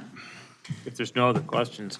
Make a motion to waive the procurement policy and authorize River Cadiz to proceed with the scope of services for CIA development and TIF plans as presented, subject to the following. 1, a favorable meeting with the county regarding use of TIF funds toward public buildings. 2, a contract for the services in a form as approved by the township attorneys. 3, resolution of the appropriate parties to the contract by the township attorneys. Upon satisfaction of all these contingencies, the township supervisor is authorized to sign the contract or contracts on behalf of the township as needed. That was a long one. Wow. I'll support that. Question? Question. So, just so I understand the motion, you mentioned that it would just be for buildings? It couldn't be for infrastructure? No, the motion was a favorable meeting with the county regarding use of TIF funds for buildings. For buildings. I would be more than happy to add infrastructure to that motion, Yeah. Or buildings or infrastructure. building and And infrastructure. infrastructure. Building yes, that's And correct. infrastructure. Yeah. I still second that. So a motion, we have second. Support? Oh, you seconded it, sorry. I'd seconded that. We're going to do a roll call vote, please. Trustee Smith? Yes. Clerk Noble, yes. Trustee Ruggles? Yes. Supervisor Kowal? Yes. Trustee Powell? Yes. Trustee Voorhees? Yes. And Treasurer Roman? Yes. Okay, very good. Just a Thank quick you. comment, Rick. Hey, I did misspeak. There is a library operating millage too, in addition to the library debt, so maybe, who knows? Yeah. Thank you guys so much. Merry Thank you, Christmas. guys. Merry See Christmas. you soon. Merry Christmas. Thank Happy you. holidays. Good night. 9C, request to approve VoIP Fiber Services Net Express contract. We have had the same phone system and equipment in the township for some period of time. It is starting to age out to a point of where support for it is becoming very difficult to get. And we are looking at also saving some money. And Mr. Noble's staff has done a lot of homework to look around. Dawn Bockelman actually really dug into this, and she's sort of been the communications go-to person in the township now for some time.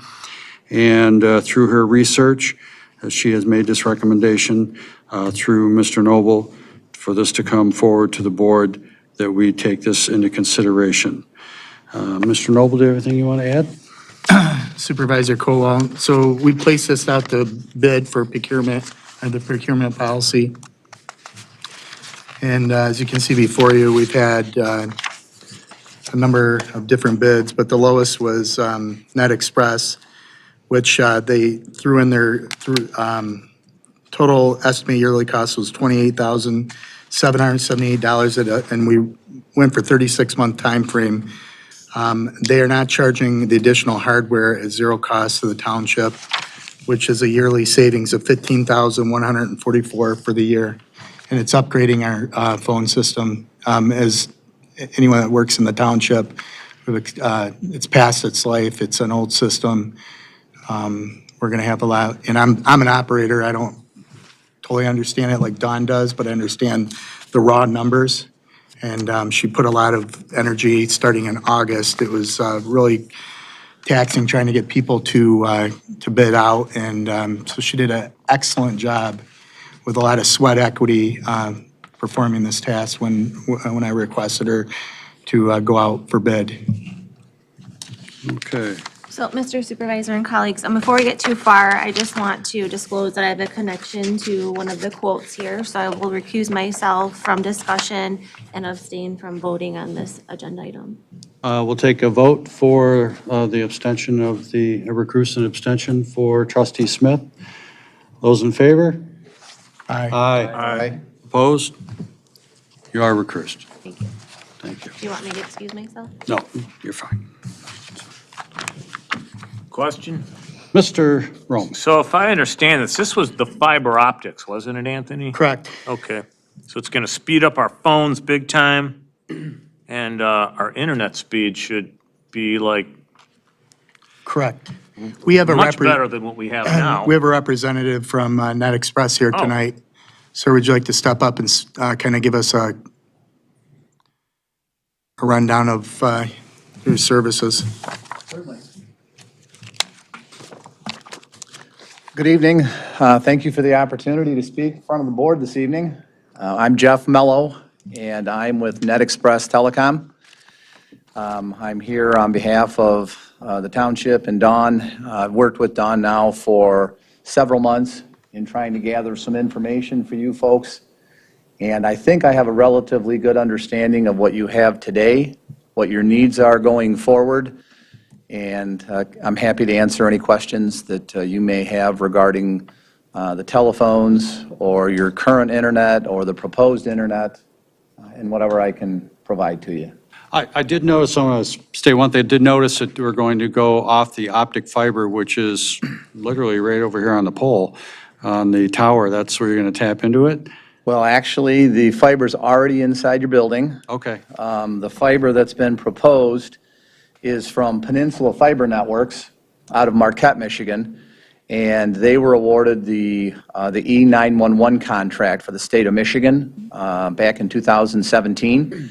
Okay. And as a result of that, I don't know 100% of the connectivity, but Peninsula Fiber Networks is located in your police department, and they are connected back to Oakland County E911. So literally, it's going to be Peninsula Fiber, who's a teamwork partner of ours, lighting another port on their fiber switch, and then there'll be a cross-connect, just an Ethernet cable that'll be ran from their current switch over to the township's switching that they have in the data rack that's about 20 feet away. Okay, so that hopefully would increase the reliability of the service. Should quite a bit. Yeah. And today you're on a shared best effort coax service from the cable company, and this would be a dedicated fiber connection. We have our moments. Yeah, I can assure you. Could you explain to the board about, like currently this building's on its own, as Mr. Potter, our DPS director, will tell you, we have to physically dial out to a number outside our building instead of being able to connect. Can you explain the video system and how we're going to integrate with the, as you explained prior in your presentation, with the different phone trees and the trunks and the systems? I mean, it's way above my head, but you did a great job before, so. Thank you. So you'll have connectivity between all of the buildings. So not just the main township building and the annex here, but all, I think it's 4 or 5 other fire, community center, all those buildings will have 3-digit or 4-digit or 5-digit dialing, whatever we ultimately choose or you folks choose. So you'll be on one platform, and it's a cloud-based platform that's housed locally here in Metro Detroit in 2 different locations, and then also in Grand Rapids. So, the sky is kind of the limit with regards to programming of this system and routing of calls. But the one takeaway is that you'll have connectivity between all 6, I believe it is 6 buildings.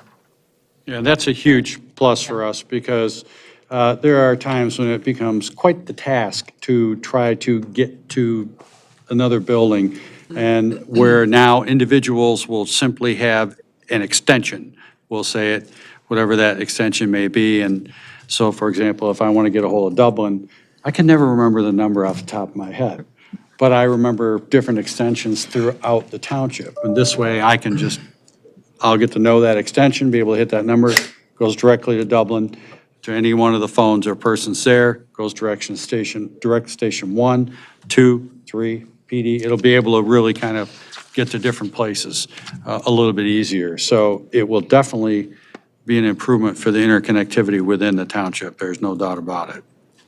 And I'm understanding that, explaining it as I'm understanding it. Yes, Correct. that's correct. Okay, all right. Mr. Supervisor? Mr. Powell. I don't think this board can make a bad decision, because whatever we do is going to be better than what we have. So, that being said, I'm not a fan of Comcast, and I see that in here. In what way does NetExpress rely on Comcast? We don't rely on Comcast. The only connectivity, so currently today, you have a couple of your remote locations. When I say remote locations, fire halls that currently use Comcast coax internet. We did not propose to replace that. So that coax at, I think it's 2 fire halls, I believe, would stay in place. Our phone hardware will be housed in those facilities, and your phone traffic would come and go across that internet connection of Comcast's. In a remote facility like that, along with a soft app that's housed on 1 or more cell phones for redundancy or for disaster recovery, which I think you all know well, you should have relatively seamless connectivity. I don't think for what you do in those facilities today that it makes good business sense to try and bring fiber internet into those facilities. The cost would be quite expensive and probably not warrant the need or what you do with the internet there at those locations today. So the, what is it, the $1,300 a month, or $1,190 per month that we're evidently currently spending on Comcast, are we still going to have that cost? No, all of the costs that you have in these 2 buildings here today will be gone and will be replaced with the NetExpress charge. So currently today you have Comcast phone and Comcast coax internet. That'll be replaced with Peninsula Fiber internet and NetExpress phone service. Okay, and then to staff, are we going to then have, is that going to be tied to our wireless service here in the township for the public and for the employees to tie in wirelessly? I'm not sure how to answer that question. So we are not taking over, and we won't be doing anything with your Verizon or AT&T or Sprint service, whatever you currently have today for your wireless telephones. That's not going to change. I guess I was talking about Wi-Fi more than anything. I'm sorry, okay. Yes. So you own your infrastructure and hardware, telephone hardware, and a firewall is part of the project. But we are not doing any infrastructure other than that. Wi-Fi kind of resides on the data side of your network, and you work, I believe that you have a business partner that's called IT Right out of Bath, Michigan. We work with IT Right. We We've done this type of deployment many times before. And so we'll have some communication with IT, right, to make sure that things get deployed appropriately. But Wi-Fi specifically would be something that's provided and maintained and managed by IT, right. So I guess the question is our Wi-Fi that we tie into for our laptops, is that provided by a separate entity than Comcast, or does it run through Comcast? It runs through Comcast. It runs Yeah. ultimately through So Comcast. all that Wi-Fi is just a medium to broadcast. It's a technology to broadcast a signal wirelessly. But you got to have a feed for that signal. Today, that feed to broadcast Wi-Fi is provided by Comcast coax service. Going forward, that feed to broadcast the Wi-Fi in this building and in that building will be provided by the PFN fiber. Much more solid, more stable, not a shared, not a best effort service, a dedicated private connection, and quite a bit faster. Okay, thank you. Hey, Jeff, I'm in the treasurer's office. So obviously, we have wires in the walls, cables in the walls going from all of our PCs all the way into our server, and then out of the building. As far as the wires in our walls, are those going to get replaced or not? No. No, okay. That wiring will be, to a certain extent, that wiring will be abandoned. Today, your analog phone system rides on, very simply rides on what's called Cat3 cable. IP telephones ride on Cat5 or Cat6 cable. So the physical actual deployment of the new phones, if you considered your laptop that you have in front of you here, the computer that you have at your desk, and you have an internet feed that plugs into your computer today, the way that we deploy phones in an existing environment like this is we would literally unplug that internet feed out of your laptop. It's plugged into the phone. All the phones have built-in gigabit switches. So the internet plugs into the phone, you come right back out of the phone and plug into your computer. And then we build, on the firewall that we install, we build what's called a VLAN.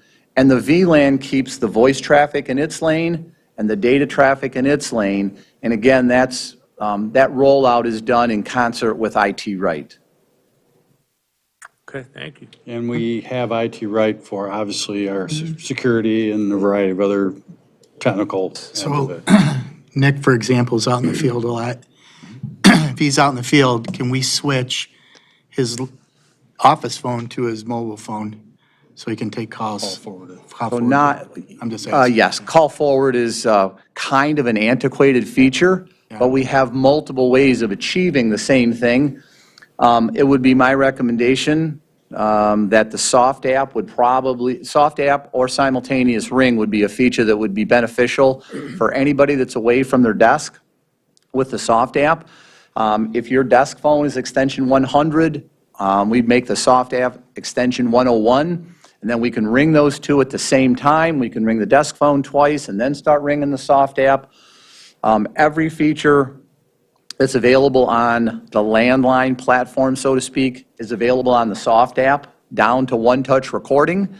One of the nice, one of the better features of the soft app is when you make outbound calls from the soft app, it's going to ID the township's number or your direct DID number, so you're not blasting out your cell phone number or having to do a *67 if you don't want to be pushing out a cell phone. Will there be any disruption, with the 911 service or even working at the township offices? Is it a weekend thing that would happen, or is it just that quick? So the number port is what's called a coordinated port. So we would schedule the port probably with Dawn or whoever is going to be coordinating that. 2 o'clock on a Wednesday, 3 o'clock on a Thursday. We try and not do any ports on Friday or Monday. But you can kind of dictate what time. If you had some certain requirements, we're happy to work around those. But, if we've got some mission critical things that are going on, but they're usually done kind of phone number by phone number and tested. So we're able to literally stand in your phone room until somebody hangs up if they're on a line, and then we port the line over. So interruption is minimal, if any. Thank you. Yeah, you can't change your heart without stopping the beat for one moment. Okay. So, any other questions from the board?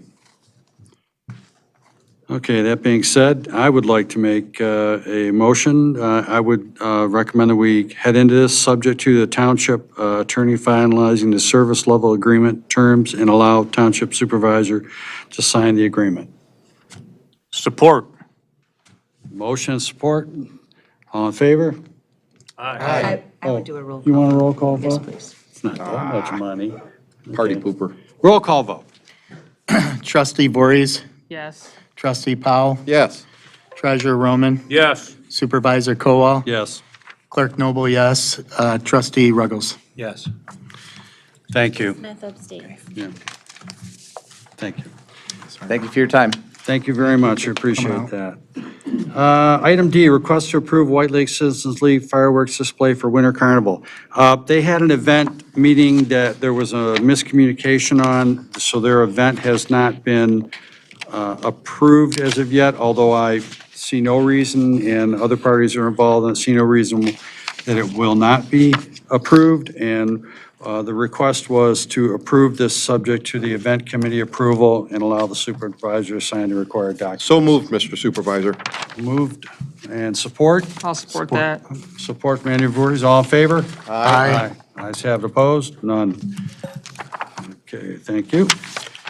Quick comment, Mr. Supervisor? Yes, sir. In the future, it might be good to make sure they have workers' comp coverage as well as the general liability. That will all be forwarded and is subject to the approval of the events committee. They do the complete audit for those types of things. And that is a requirement of the fire chief, and, I mean, when they go through it, the event committee does review all this, okay? We, when we have the event committee meeting, Treasurer Roman, we go over all the insurance liabilities. We have, Everything, that's all, and that has to be Yeah. passed in Passed. order. But we didn't want to hold up the process Yep, because there was a agreed. little confusion with the date. Agreed. So, and that's assuming they have ice. Impressive. They're not going to do it from a barge. No, No, they do it from the center of the White Lake. so Like it'll what, be up, it'll be up 150 feet out to, from the White Lake end? it'll be up to Thank them you. to do that. Okay, thank you. Moving along. Resolution 21-049 to opt out of PA 152. I believe we do this annually, if I'm not mistaken, Mr. Roman. I believe so. And we will opt out of this so that we can, This is in regard to the township healthcare plans. We need to do the opt-out. Otherwise, we'd have to withhold a whole lot more money from everyone to give health coverage out. And with the unions, enough said. the current agreements we have in place. Okay. Looking for a motion? Mr. Supervisor, I move approval of Resolution 21-049 to opt out of PA 152. I have motion, looking for support? support. I have motion and support. All in favor? Aye. Ayes have it. Land Development Acreage Waiver Request, Oxbow Lake Private Launch Association. What you have before you is kind of an interesting little use for a very peculiar piece of land. Yes, these just keep, Mr. O'Neill. thank you. Yes, these keep rolling in. So before you tonight is another request for a waiver to the minimum parcel size. And as the supervisor alluded to, this is a unique request, and we'll get to the exact parcel in just a second. But this request comes from Mr. Rick Walklet, who represents a group called the Oxbow Lake Private Launch Association, the OLPLA. They're asking for a waiver from the minimum acreage requirement in order to install a private launch for riparian owners only on Oxbow Lake.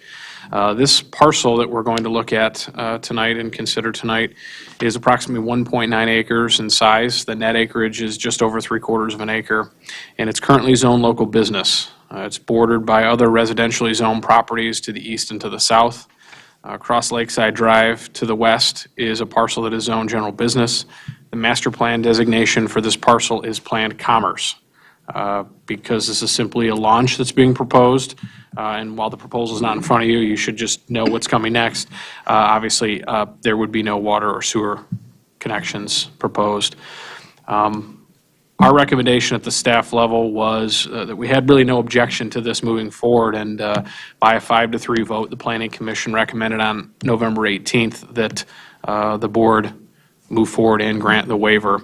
I think there were some concerns, and Mr. Ruggles, I was not at that meeting, Mr. Ruggles may be able to speak more to that if I put him on the spot, but I think there were, the no votes may have been, as I understand it, looking forward to the next step in this process. As always, a waiver does not in any way guarantee eventual site plan approval or bestow any other approvals or rights beyond simply allowing the applicant to go ahead through the PD approval process with a parcel that's smaller than 10 acres in size. So the applicants know that there is a risk, as is the case in any application process. We look at this as a very challenging parcel. The shape of it is odd. It's got some challenging topography. And, let me bring it up here. You can see the screen here. I'll back out a little bit. Here's M59, here's Lakeside Drive, and this is the parcel that we're talking about here. While you can't tell very easily, if you've been out here, you'll see that the lake level is far below that of M59.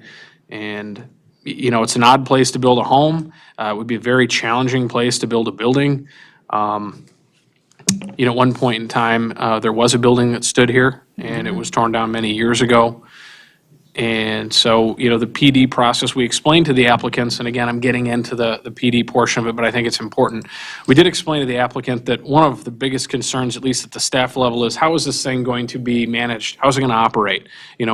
We have one ordinance officer, and we don't want to be responding to a complaint every day or every week in the summer that it's being misused. So, they made it quite clear that this is a private club, and that only, again, as I mentioned in my memo, are riparians allowed to be a member of this club, and that's for them to organize and us to make sure we're regulating so that it doesn't turn into a commercial launch operation.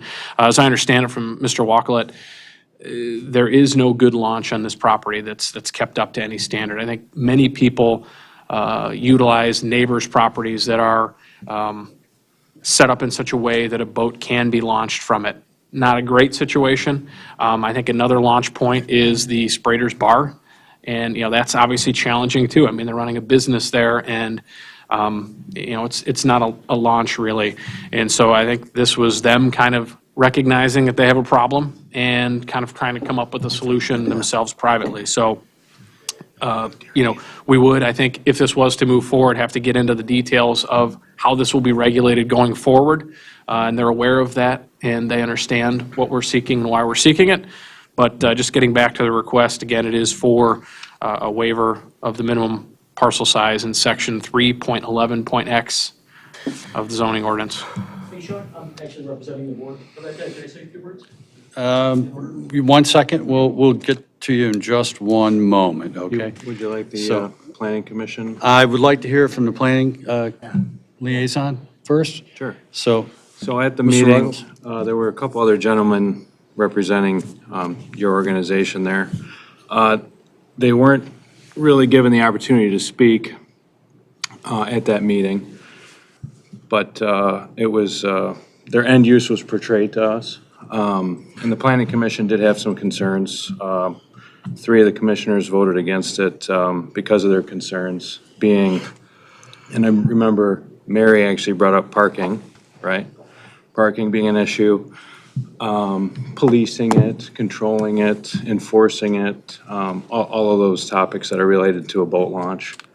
So those were some of the things discussed at that meeting. And then it was kind of outlined to them, the process they're about to embark on involves quite a few meetings, right? So we go from planning commission, we're here tonight, we'll go back to planning commission, we'll come back here again. And it's going to take a long time for them to really get an answer. And I was trying to get a reading from the planning commission at that meeting.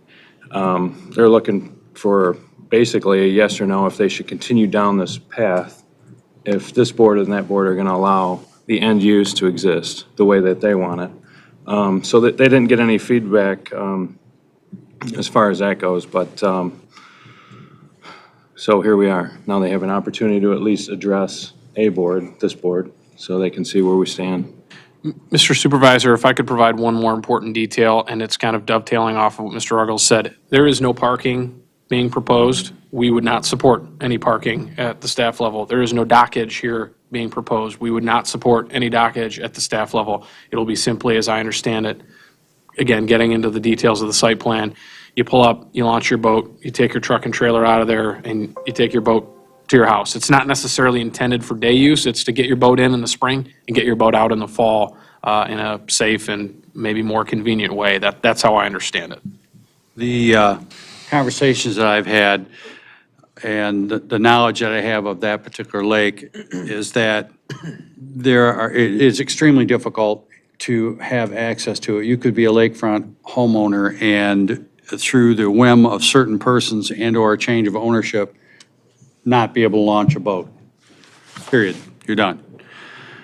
One of the things that the township has done here, and one of my duties is that I sit on many lake boards in this community.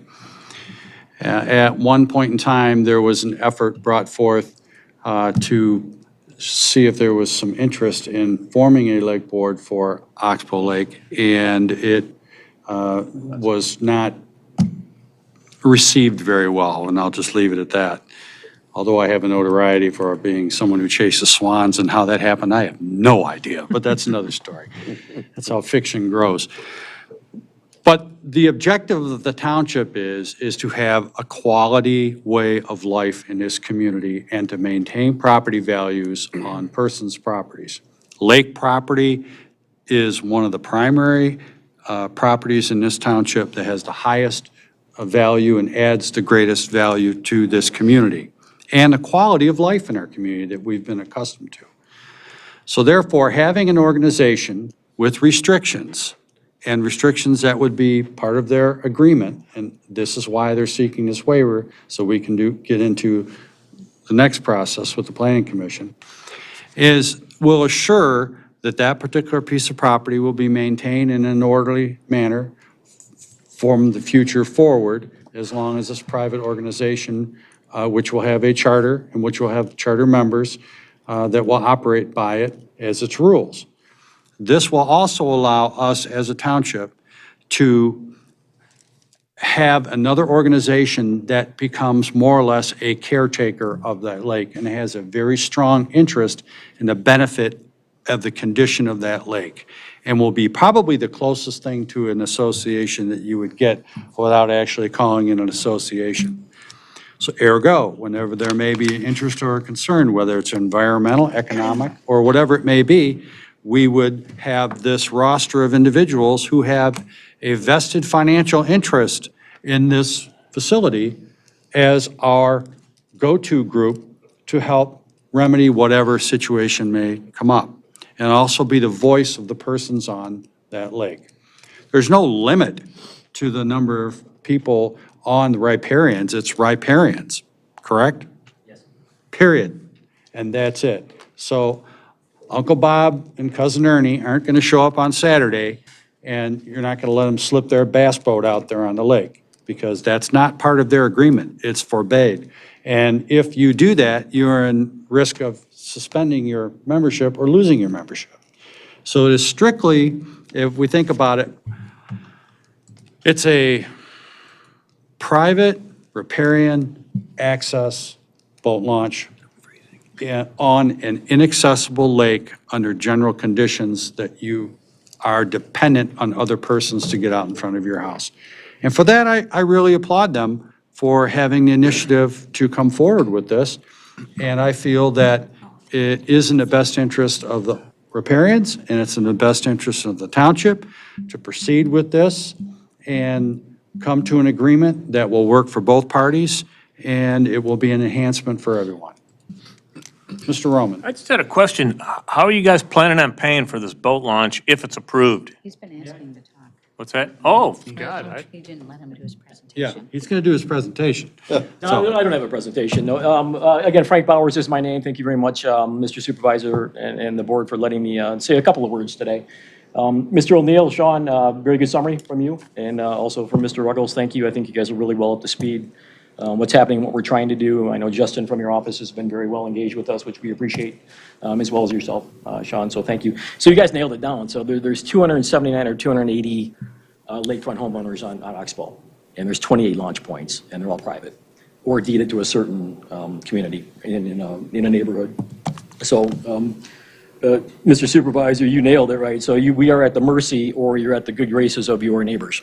And that may last for many years, it may last for no years. Yeah, and spraders is still an option, but again, that's for everybody to decide if they want to do that or not. So a couple of updates, we've got 83 charter members now. Wow. And we've got a purchase agreement on the property that we're looking at, or you were looked at here. We've engaged an attorney, I think, who's been involved on some level with you guys so far, writing the bylaws. And then also the site plan has been done professionally by an engineering outfit as well, so that's in place. Again, the property right now is staked out, if you want to take a drive-by and have a look tangibly at what it's going to look like. So where that physical launch is going to go into, and again, there's no parking. There's going to be a physical barrier, depending on what the permitting requires for that, with trees for soundproofing on M59. We're also deeding a portion of that property to the township, per your request, to make a pocket park or whatever development you'd like to make out front to make it look nice. We're all for that. But again, fundamentally, we are exactly the way you're thinking. We want this to be an enhancement of the community, and really for everybody on the lake to make, again, our quality of life better, and then have some place to launch our boats. Right, to answer your question, Mr. Roman, so it's privately funded. We did try to go the SAD route, which would have taken half of the ownership, the size-wise of the parcels on the lake to do that. Unsuccessful. So now we've got 83 of the 280, and it's privately funded. So we have a purchase point, and then also all of the development costs that are going to go into it, all of developing the launch itself, the landfill, permitting with Eagle, everything that we have to go through. We understand it's a challenge, and there's a long timeline still ahead of us, and today's only one step. But I just wanted to give you these updates today and really let you know from our side on the board, and also the 83 people that I represent, we really think this is going to be a good thing for the community. Yes, sir. Mr. Noble. I spoke with Mr. Quagliata, who's our planner here, that works for Director O'Neill, correct? Director O'Neill? Yes, sir. Is that the new title? That's what they call me. He stated that you put out around the lake letters. Yes. And out of those letters, how many people responded back to you? Let's say you put out 200. I don't know We exact sent it to totals. everybody, right? Okay. So we got responses from, I believe, 230 total, and 83 were positive, and the rest were no thank you. So again, the way these bylaws are written and the way it's going to be, professional gate with a security code, with TV monitors to see what's happening on this thing, so it's not abused. So the people that said no thank you down the road, they're going to have an opportunity. Let's say they fall out with their neighbor. Yeah. And they can't put their boat in, like you said. Will they have the opportunity to join your membership? They do. So the way we structured the initial offering, I guess I'll call it, it's not the proper terminology, but to be a charter member, there's a certain cost associated with that. And if you want in after, we had to close that window November 1st. It opens back up in April. At that point, you would have to pay any associated fees that hadn't been considered so far, plus a penalty to be able to join. So yeah, it's possible to join. It's just going to cost you a little bit more money. And also, would our police department, fire department have access to that gated, if it's gated or it's a lockbox or however you? As required, I think, so Okay. whatever the township's going to require on that. Thank you. There was conversations with Mr. Walklett, and he was very amenable to having a knockbox available there, so that for any reason, if there was a water emergency, Yes. water event on the lake, that we could render aid to whomever needed it, whether it was related to anyone at the Yeah. launch site or not. Which is true today on the 28 launch points. Correct. Yeah.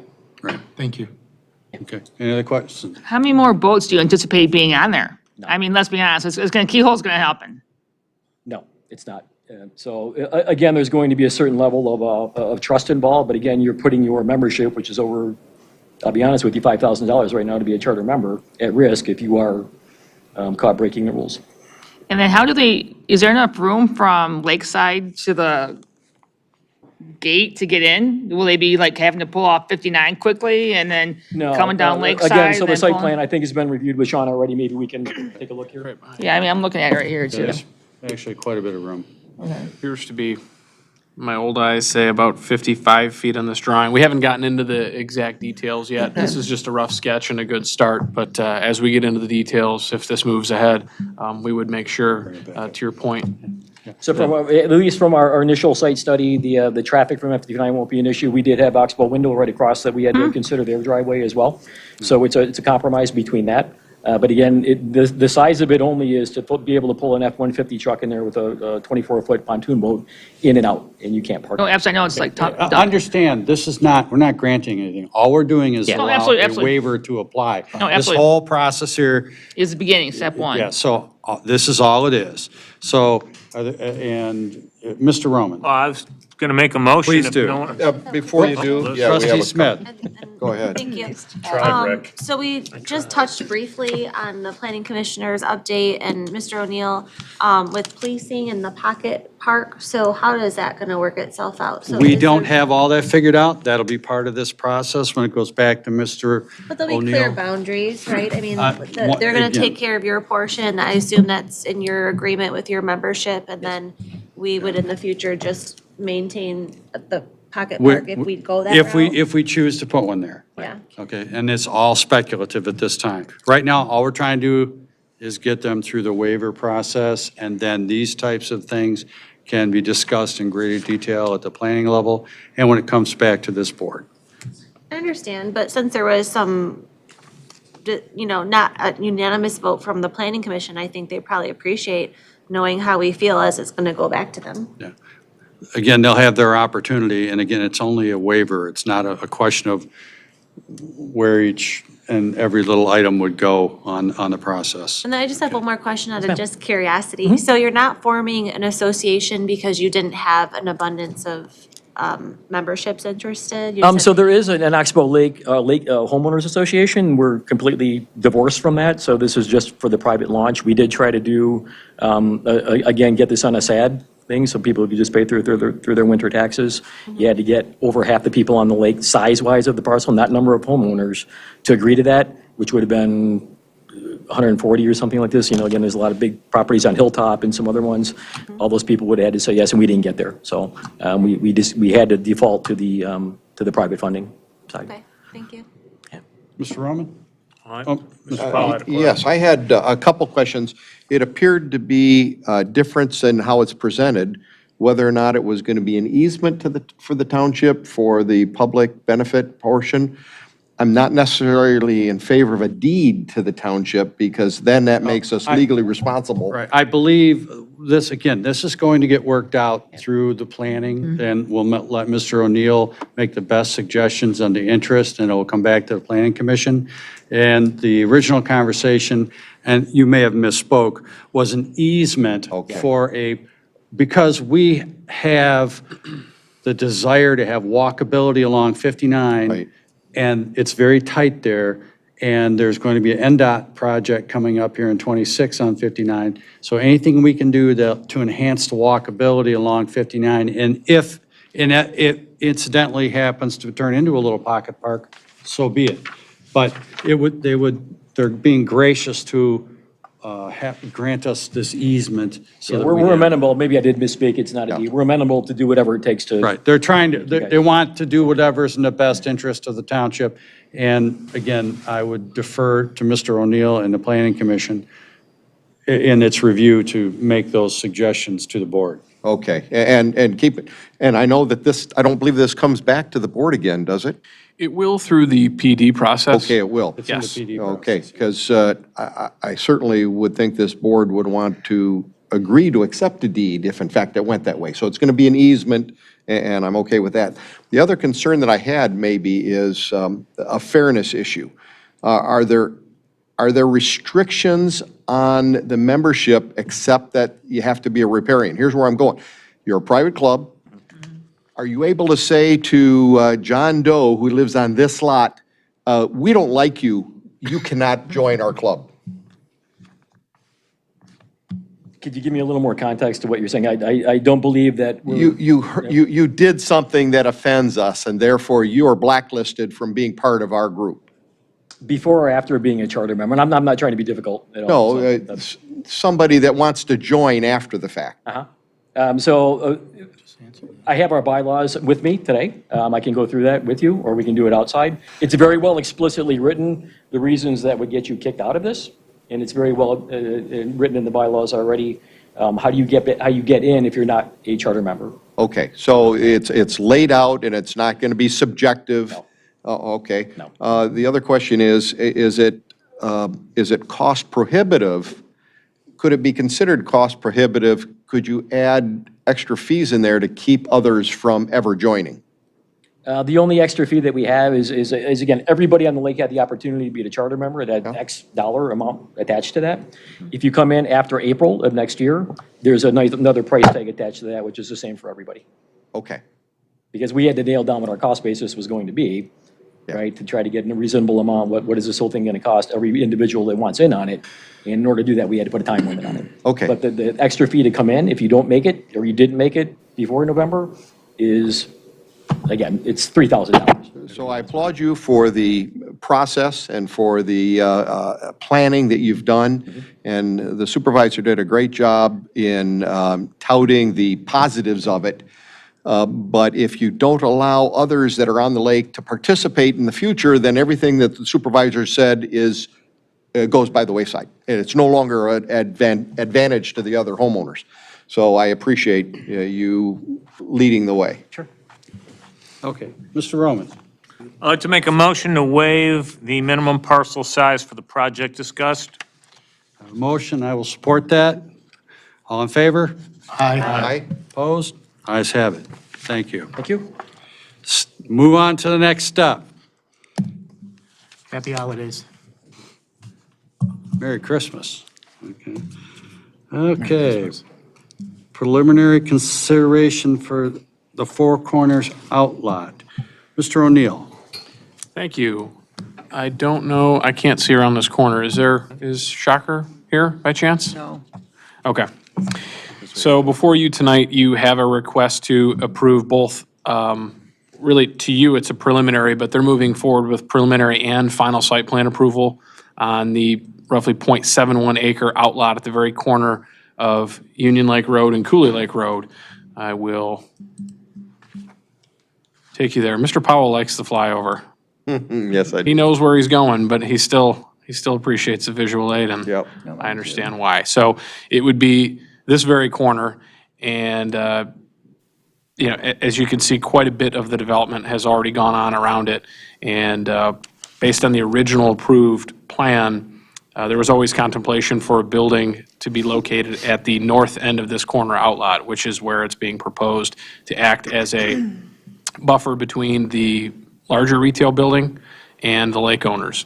Headlights, sound, things like that. So jumping back over, now that your kind of orientation is nailed down. So on December 9th, on December 2nd, the Planning Commission recommended approval of the preliminary site plan and actually granted final site plan, both subject to your concurrence on the preliminary as well as the Zoning Board of Appeals approval of variances that were requested.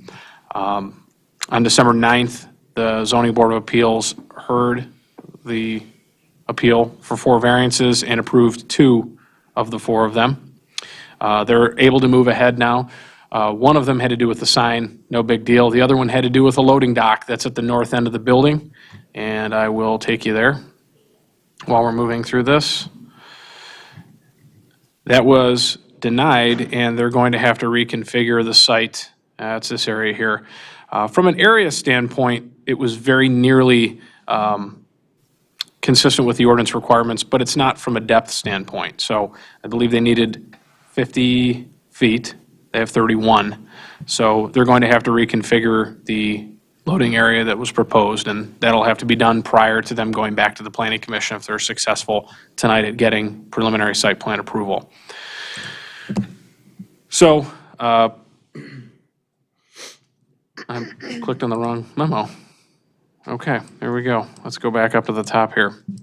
So tonight, you have this request for this final outlot at the corner before you. This is a 3-tenant building. It'll be consistent architecturally with the retail building that's immediately east of it. And they, again, the three tenant building includes, as we've been told, an AT&T store, a Detroit Wings restaurant, and a restaurant called Beyond Juice that serves smoothies and things like that. The building that's being proposed will have an outdoor seating area that is adjacent to Union Lake Road and overlooks Cooley Lake. And both of the restaurants will have access to, I think they do a lot of carry-out business, they'll have access to, that patio as a part of their plan. So you have quite a few sets of minutes and review letters from various consultants that are included in the packet. If you have any questions for me or would like to see any part of the site plan, I'd be happy to take you there. Any questions from the board at this time? Mr. Ruggles? Yeah, I'd just like to go over a couple things for the board members. Might need to get a little closer to your microphone. Oh, sorry. I want to go over a couple details for the board members. When we saw this at the Planning Commission, one of the things that I noticed was parking spaces. So this building, some of the parking spaces that are allotted to this particular lot is included on another parcel, a separate parcel. They're next to each other, but they're technically separate. So it's one thing for the board to consider moving forward. Sean could probably speak more in detail. I think we touched on that, and I believe initially, and I remember Lisa spending quite a good deal of time with the applicant and their attorney on sorting through reciprocal access easements, stormwater easements, other utility easements, and I think parking was a part of this. And so, to your point, I think as every retail operator, retail center operator kind of has to juggle and deal with is making sure that all of your co-tenants have enough parking. All of their high demand times aren't at the same time, or you're going to, maybe have an issue. So I think it is something to consider. It's something that's been looked at initially.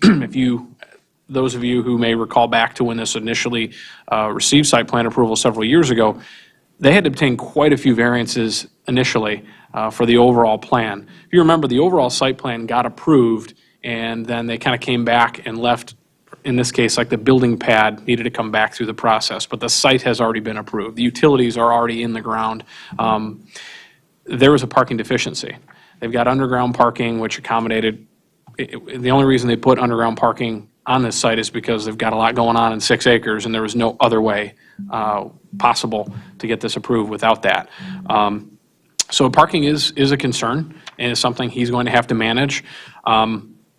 It's sort of, it's been addressed through his variance. Well, specifically, this parcel contains 69 parking spaces, and the minimum requirement's 88.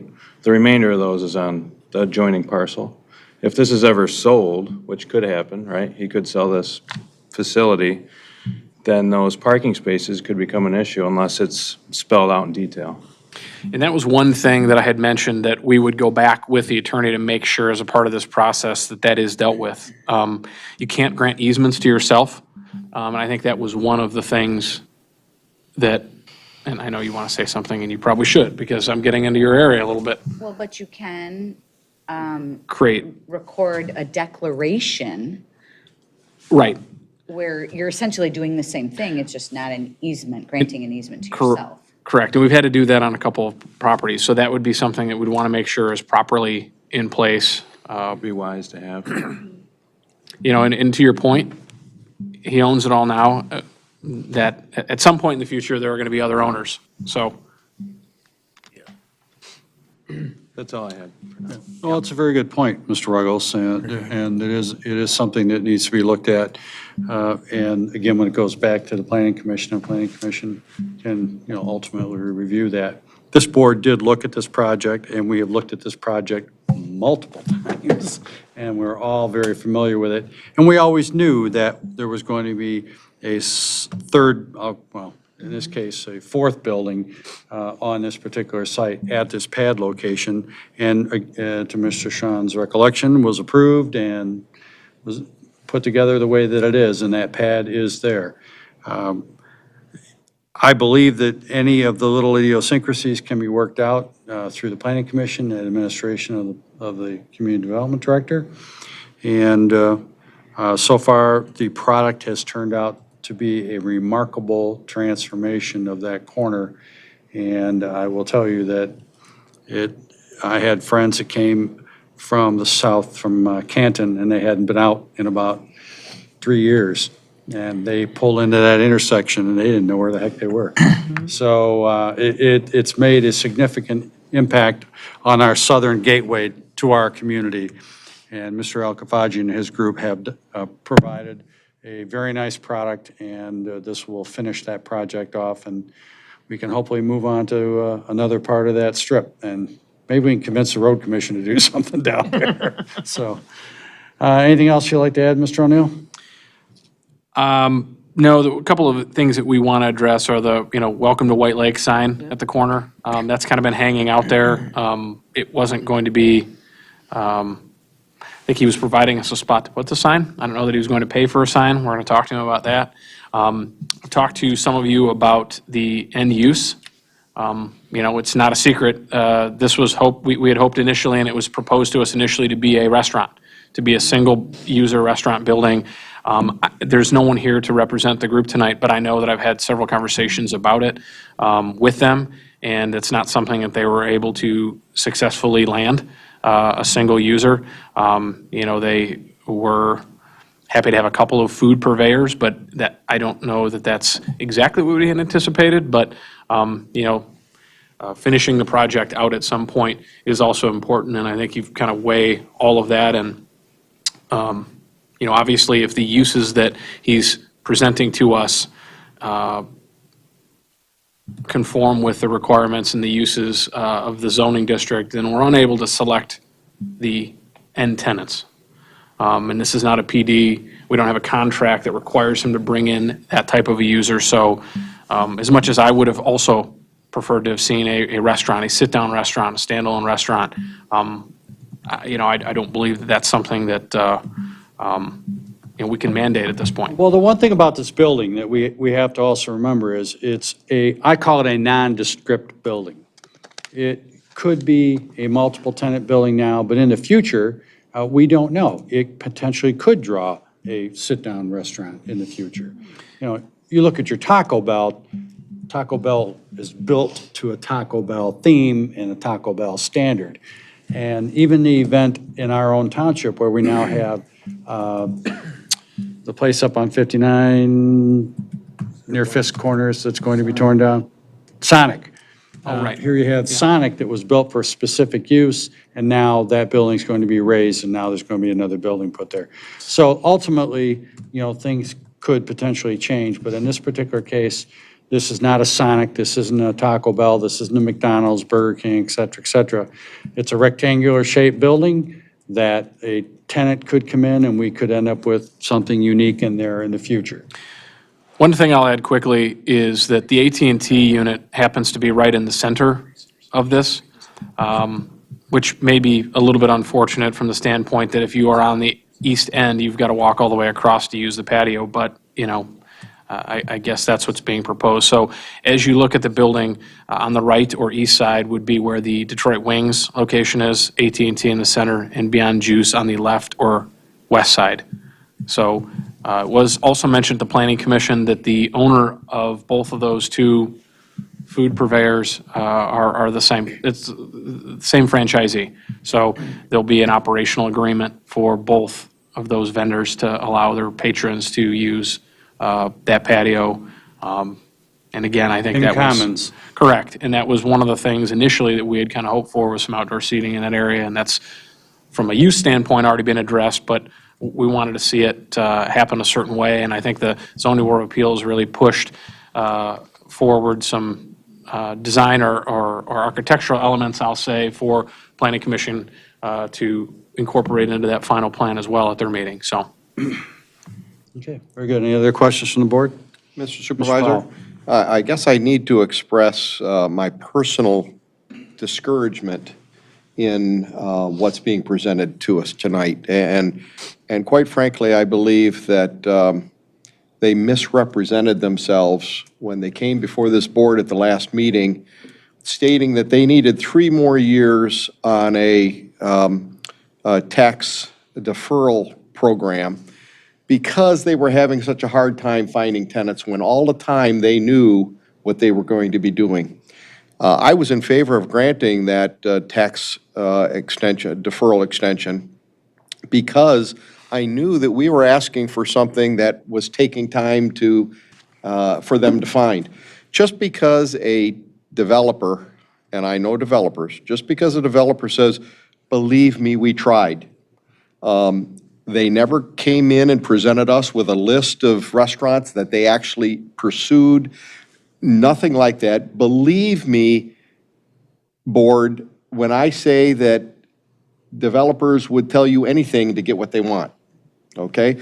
So just because they say, we tried and we couldn't do it, but they had an AT&T customer or a tenant come in and say, we'll take your space, I believe that they misrepresented their request for the extension. That's number one. And number two, I don't see any difference between this and a strip center.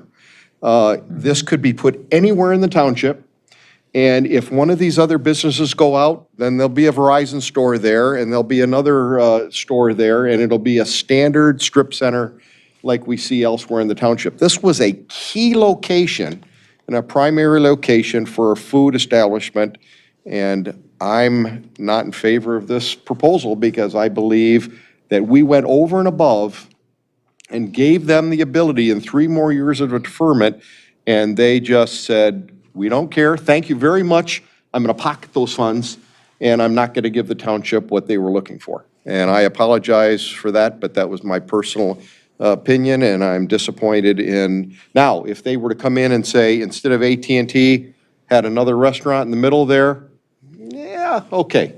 It's not a single restaurant, but at least it was all food, and they could entice and allow a place for residents to walk to provide for a food and a nice meal. And I believe that we were bamboozled before this board. So thank you, Mr. Supervisor. Okay, thank you for your opinion. Any other questions or comments? Mr. Noble? And I respect your opinion on that. I don't believe that was the intent. I think the interest clock's ticking, and I know several restaurant owners that have went out of business recently, and to attract those, unless you're a BlackRock or a corporate chain, as you know, like the big box stores are going out, you have multi with residential.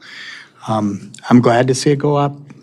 I don't think that was intent. I think personally, it was to try to find a user, and to your point, or one of the board members' point, who's to say that when the economy picks back up and that AT&T or whatever goes out, he's not going to put a restaurant in there. I think right now, with the economic times, you're looking at trying to get somebody to fill that space. That's how I see it, because I myself have been working on a project for 5 years and trying to attract chain restaurants, Taco Bell's in certain areas, and that's in a very, very second biggest township in the state of Michigan. So you're trying to get that loan paid off and move forward. That's how I look at it. I respect that. Okay, any other comments from the board? Trustee Smith? So I share in Mr. Powell's opinion and thoughts exactly. I'm so I have to put out the record that I'm just so disappointed in what's being presented to us.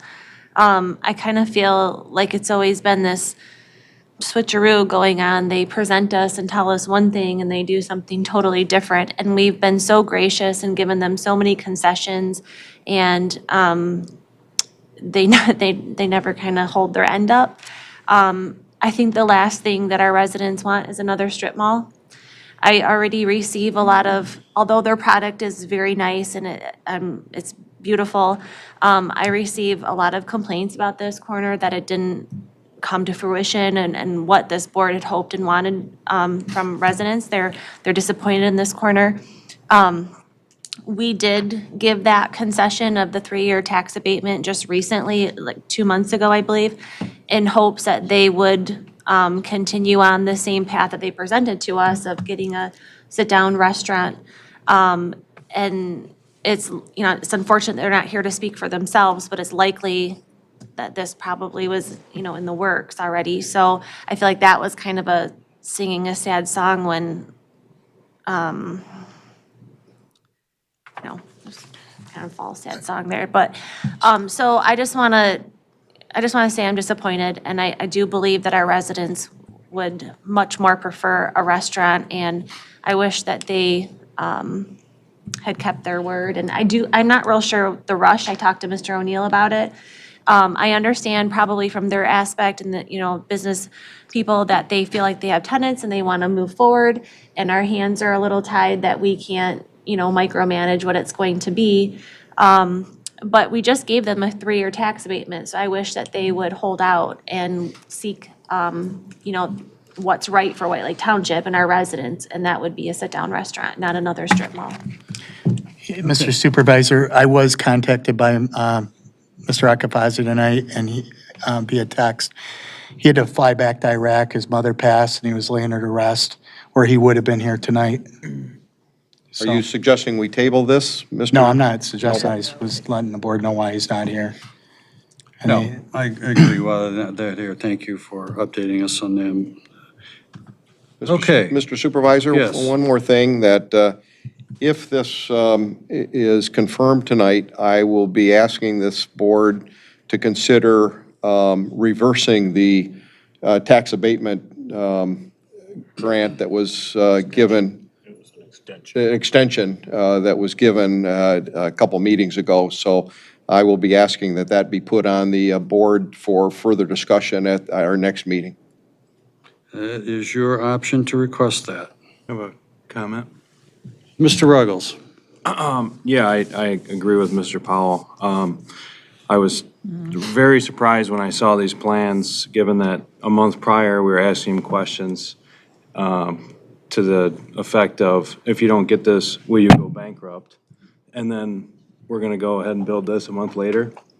Guarantee he had the plans, guarantee he had the tenants, and he knew what he was doing. And it was said at the time by Mr. Powell that he would specifically go along with it with the intent that we get a nice sit-down restaurant. Right. While he knew that there was no nice sit-down restaurant coming, So I agree, and I would I'd be in favor of Mr. Powell's suggestion. Yeah, me Okay. too. Yeah, I'm also in agreement with my fellow trustees. Number one question I get all the time is like, when do we get to sit down? Well, economic conditions right now are dictating that, and that's not going to happen. And there's other areas within the township that are prime for it, and we've just had some individuals just decide not to do it because they don't feel it's the right time, and they have the economic wherewithal to do it. So you don't feel that you were misled when you were asked to grant a tax abatement extension with the anticipation of what we were looking for? I do not feel like I was misled because I knew that property was defunct and we were doing whatever we could do. His biggest concern was not necessarily that parcel, although he asked for it. His economic difficulty or challenge that he had was with the apartment building, which was denied. So his right to pursue that and his right to put whatever business in there that complies with the proper zoning and use of that area. But We the facts- cannot dictate what goes where, other than if it's within the rights of that zoning. It's true, but the facts get presented to us at his leisure, so he can accomplish what he wants. We don't get the whole truth from You're the start. speculating. You don't know that if he had it potentially leased or not. And I'm not defending him, but I'm just saying you've got to take these things into consideration.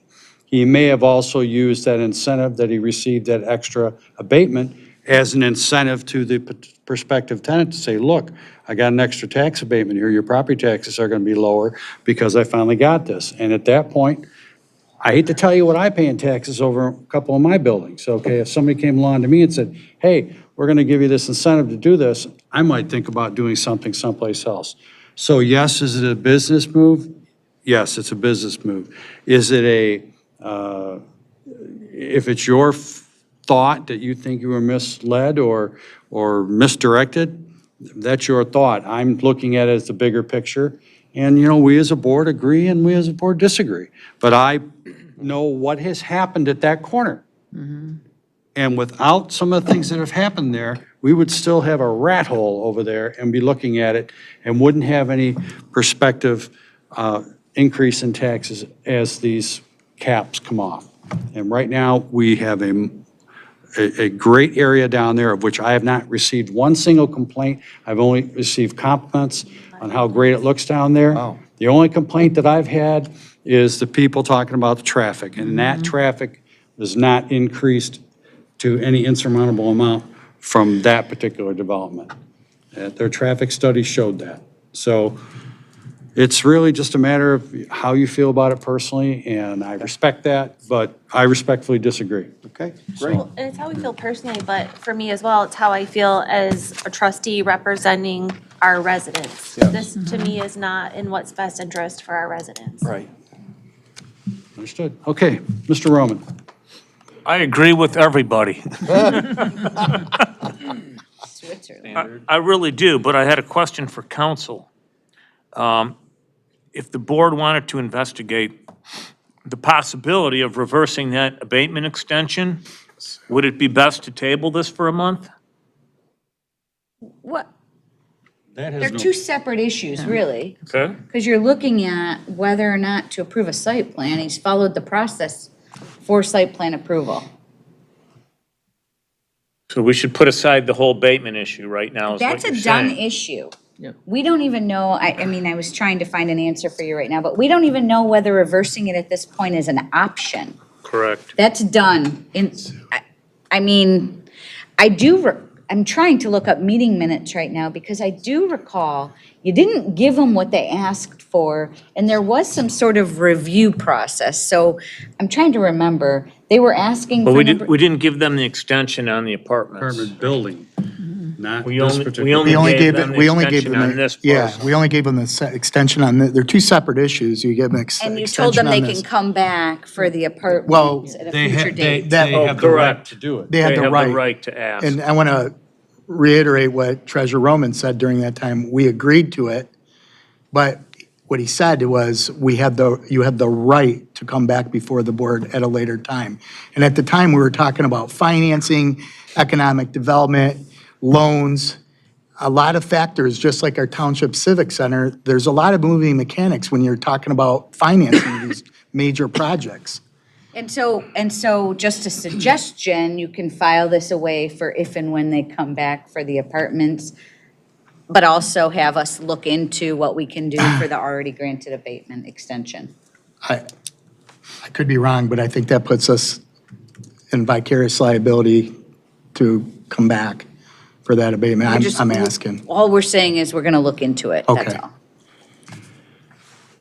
Okay, so in regards to the site plan as submitted, and they have followed the process, and it has been approved by approving from the Planning Commission to get to this level, correct? Yes. Okay, were there any deficiencies other than the ones that you talked about? So they are going to have to go back to the planning commission now. They may not have otherwise, but they're going to have to go back now because of the action that the zoning board of appeals took to reconfigure the loading dock and dumpster enclosure area.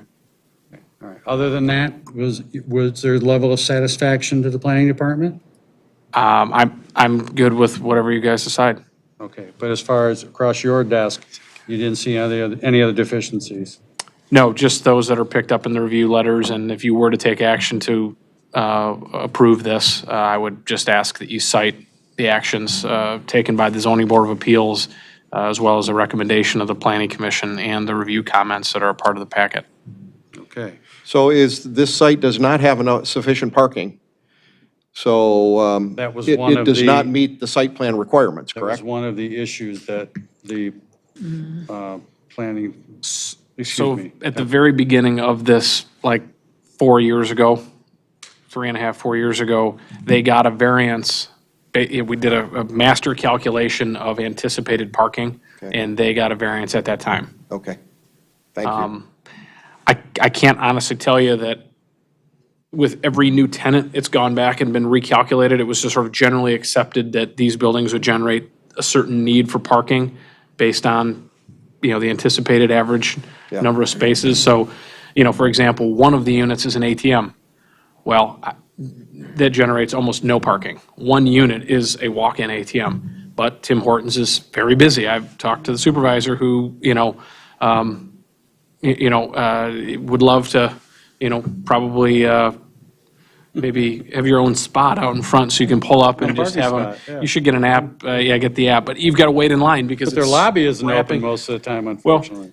but I mean, depending on who the users are, the busy times ebb and flow, so it's always a challenge. I mean, similar to utilities, as users come in and go out, those demands or those calculations could potentially change, so.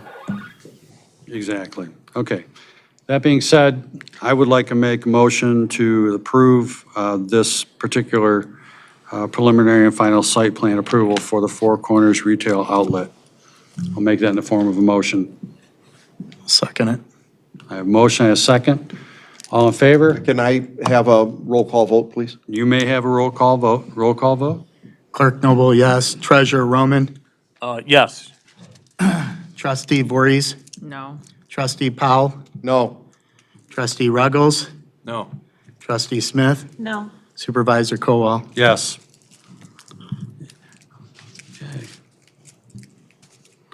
Well, you're going to have to... Is there another motion? Well, I don't know what other motion to make. If they apparently have a bone to pick with this particular project. That you can't- Excuse me, they have a bone to pick with this particular project, and they're going to do it. I just think that this would fall on Mr. O'Neill to try to come to some common ground or medium at this, because if they've met all the criteria for this, I personally see no reason why this shouldn't be approved, but it's the board's decision, not mine. Without objection, I'm going to ask if you would entertain that he be present for the regular January meeting, and he can return and personally represent his case and possibly answer some of the concerns that have been brought up tonight that I believe are a part of this issue. And, perhaps the other matter that you want to have looked at can be discussed at that same time in hopes that, perhaps, it's up to him to sell this project, but, if that's meets with your approval, then I will follow up and give him that direction. Yeah, he obviously has the ability to reapply and request a reconsideration. Okay. I'd like to make a motion to table it until such date as Director O'Neill stated. January. What, the You can't motion table it, to, it's off. Oh, It's already sorry. been- Unless it's Well, it was just not reconsidered. approved. You can do a motion to, somebody who voted on the non-prevailing side can make a motion to reconsider, and then you can make a motion to table, if the motion to reconsider passes. Can I ask just a quick I'll make question? Oh. I'll if make a mo- motion to reconsider. You can't. Oh, I'm sorry, It on has the to be prevailing. somebody It's on the other side. I'm sorry, Lisa, you're just right. as a point of clarification, if I'm allowed to ask for that, a motion to approve failed. It doesn't mean it's automatically denied, isn't that correct? That's correct. So right. a motion to table would be in order, would it not? Because No, it's, it's done, but you can bring it back. So, wait, if, still just sort of hanging out there, right? no, if a motion fails, if there's a tie vote and there's no decision made. There was a motion to approve the site plan, which failed. This wasn't, I mean, a decision was made. It's done. You can reconsider that decision at the same meeting, or at the next meeting, you could rescind that decision. But if you rescind the decision at the next meeting, unless somebody provides notice of their intent to rescind, which, by the way, can be made by either somebody on the prevailing or non-prevailing side, without notice in advance of the meeting, then a 2/3 vote is required at the meeting to rescind with notice in advance, then a majority is required at the meeting. Sounds like an attorney I just to wanted me. to understand, and I don't, but So today, the only thing you can do today is to reconsider the vote and then table.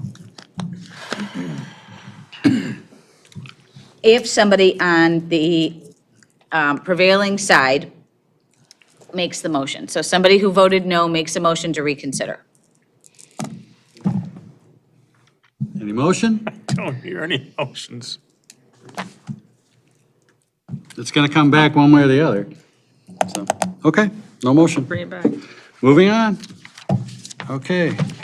First reading amendment to zoning ordinance number 58. Mr. O'Neill? thank you. All my stuff's taking a long time tonight, sorry, especially that first one. So, before you tonight, you have a short list of amendments to zoning ordinance number 58 that has been proposed by the Planning Commission. That's broken up into parts as we generally try to organize these types of amendments. On November 18th, the Planning Commission held a public hearing and recommended approval of this set of amendments to the ordinance.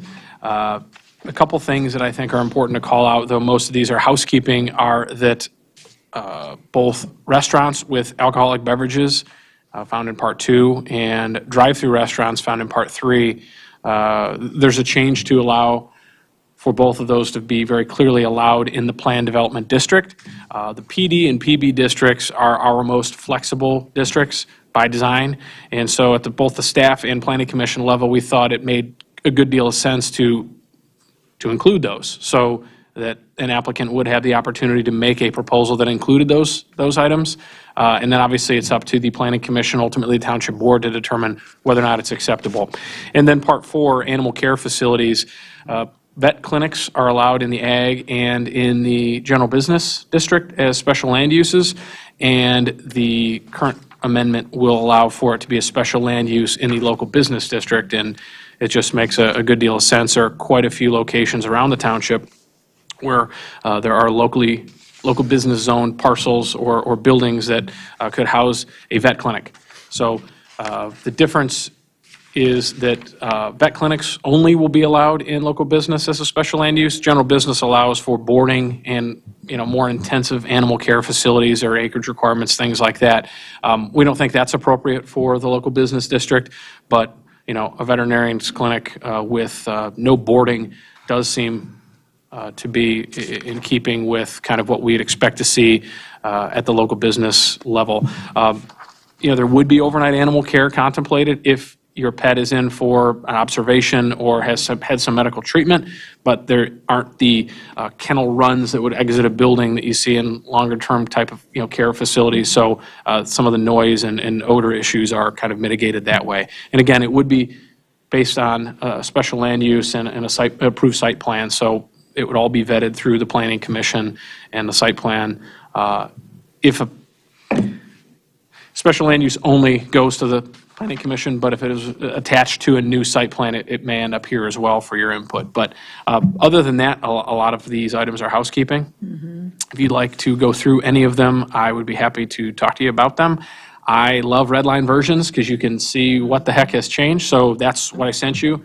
An accepted clean version doesn't tell the reviewer anything. So that's what you've got. Obviously, if you move this is for first reading tonight, you move this to second reading, which hopefully you will, we'll adopt it at the January meeting, and if that happens, then this will be cleaned up and integrated into our existing clear zoning ordinance. If you have any questions, I'm happy to answer them.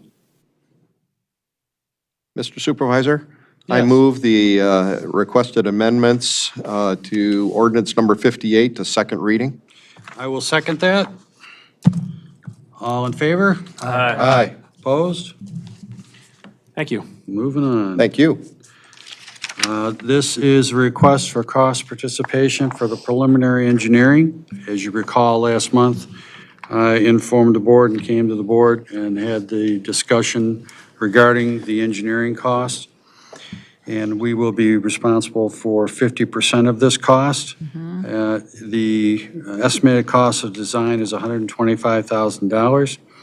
And this will allow the road commission and the township to enter into the preliminary engineering agreement to move forward with the paving of Pontiac Lake Road from Kingston to Margie, which I believe will happen, as we had discussed, in 2026, more likely, as I was told, 2027. And it's spelled out pretty much as what I had mentioned at the last meeting, and I welcome any questions or comments at this time.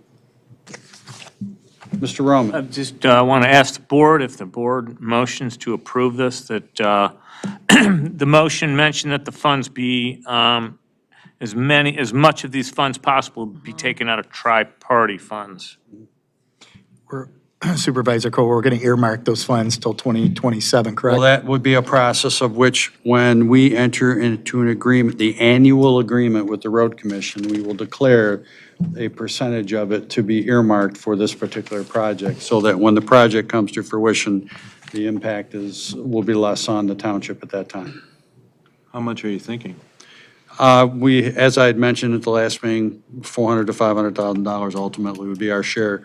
But for that kind of money to get over $3 million worth of work done, Oh, I agree. that's a pretty good deal. I just didn't know how much chloride we're gonna have to give up, with the tri-party funds. Well, I will work with the road commission and look at their gravel implementation programs and their chloriding, and we'll come to an ultimate resolve and come back to the board and make a recommendation. Yeah, what time is it? And that's yet to be done. That won't be till February.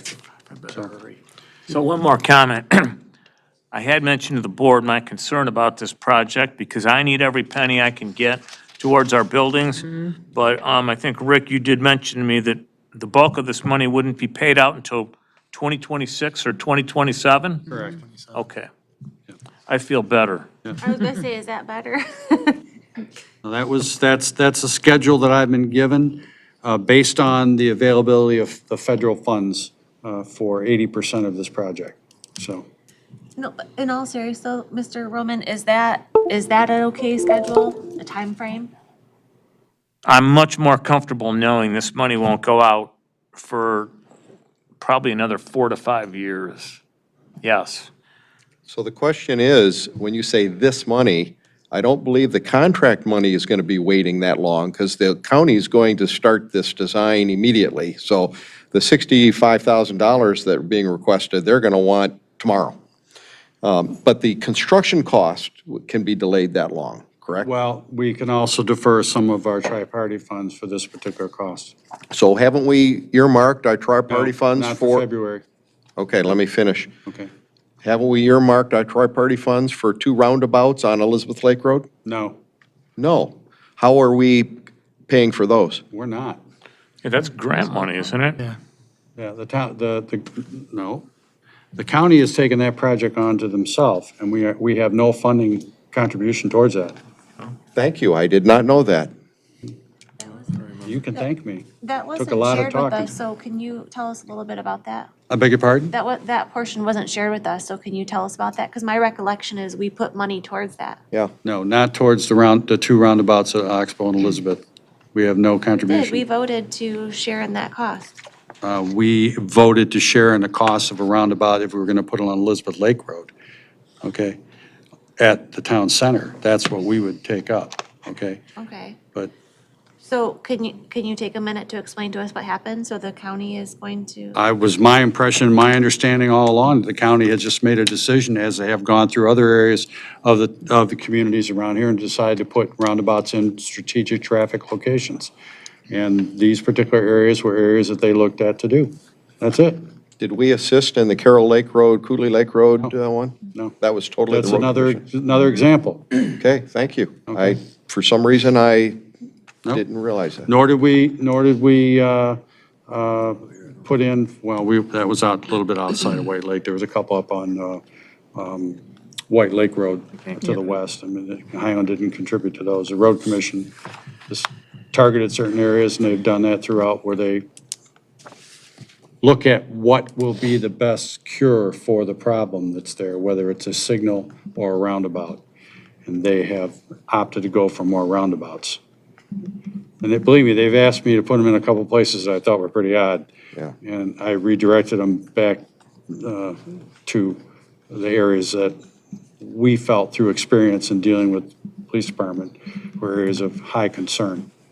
So that we've talked about a number of things to earmark finances for. The federal funds for the infrastructure that was quoted earlier, can that be applied towards paving of roadways? That can be used in the Elizabeth Lake corridor.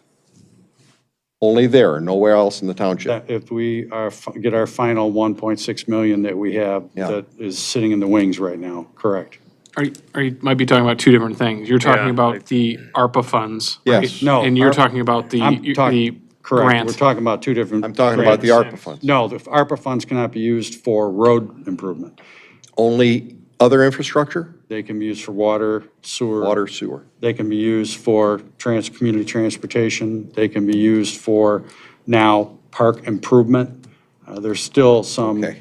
pending developments on this coming through. Okay, thank you. And revisions. And I believe that what's happening is you're getting into certain communities that can't do a sewer system, they just don't have one. Or they can't afford to expand to the level that they want. And that little bit of money isn't going to get them where they need to go. So now you're going to have a lot of communities that are going to be looking at, okay, what do we do with this? Do we have to just give it back to the feds after that period? And the feds are looking at it and starting to expand that scope of allowable uses. Okay, Okay. thank you. I'm becoming easily confused, Mr. Supervisor. Well, if Thank you want to be confused, it's easy to get, okay? Because the federal government has some peculiar logic sometimes. Yes. Okay? If we were in the internet business and we needed internet in this whole township, man, we could spend every dime on it for infrastructure and it'd be applicable. Yeah. I don't want to get into that Yes, discussion. okay. So, at any rate, A motion? I'm looking for a motion. I'd like to make a motion to approve a cost participation agreement for preliminary engineering, Pontiac Lake Road, Margie Drive to Kingston Street, board project number 56662. 50% of the cost of the project for an expenditure of approximately $62,500. I have a motion, looking for support. Support. I have motion, support. Under discussion? Specify where the funds are gonna come from? I didn't hear you. Should we specify where the funds are gonna come from? They'll come out of our general fund. Well, the treasurer asked that as much of the funds be used by tri-party as possible. Then we will use as much of tri-party funds as possible that the township, that the county will allow. Should that be included in the motion? I'll amend my What I'd motion. like to hear is tri-county party or general. I don't I want to like take, that motion, yeah, because. The motion to say the funds will be coming from tri-party funds or general fund. Thank you, okay. And Another discussion, I gave this a great deal of thought, thinking that, to my knowledge, the road commission is the most expensive engineering you could possibly ask anybody to use. Okay, hang on just a second. And so I really hesitated giving them $125,000 to design a little section of roadway. And I was thinking about asking our engineer to give us a quote as to what it would cost them to design it. But knowing the road commission, they would say, fine, go at your own. And quite frankly, our engineer would charge more than $62,500 to do that. And so the cost swap is not worth doing. So thank you. Okay, well, I made that phone call. Yeah? Okay, and I had a conversation with Mr. Lufkin, okay, and he was in the process of preparing a proposal. Yes. Okay?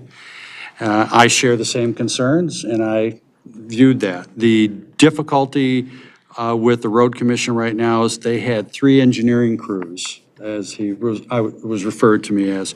They now are down to 2. Yeah. They will take no new projects in '22 at all, okay? And '23 is kind of on the edge. They are extremely short. They cannot find anyone to hire.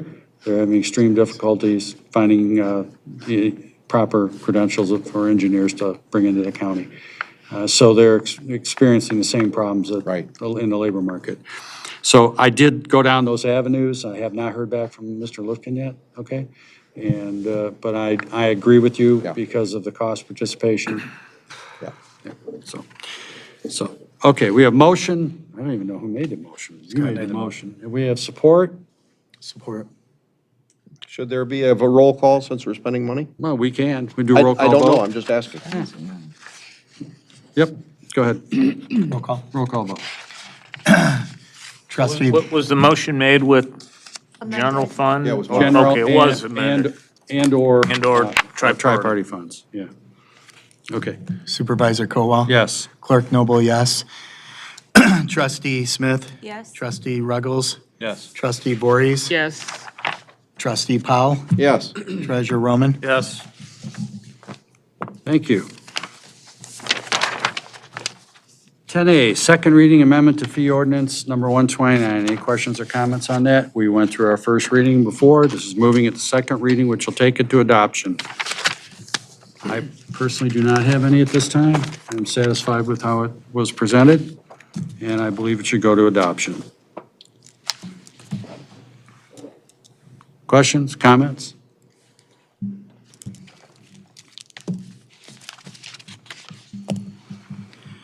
Not hearing any, looking for a motion. I'll make the motion to approve ordinance 129, the fee ordinance. Moving for adoption. Move adoption. I have a motion, I have support, all in favor? Aye. Aye. Ayes have it, thank you.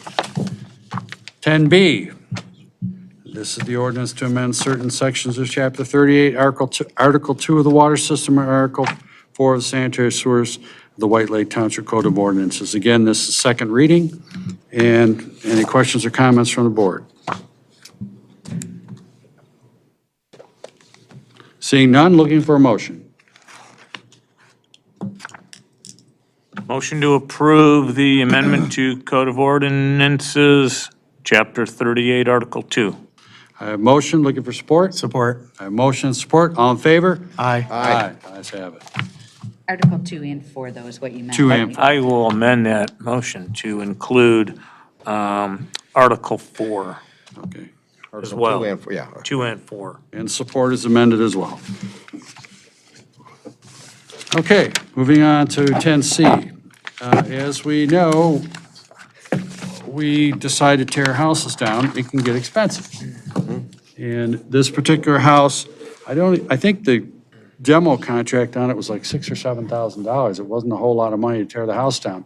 But the problem is, in part of that process, you have, the demolition contractor is required to do an asbestos sampling, and when the consultant went through there and did it, they came back with this place having a lot of little goodies in it.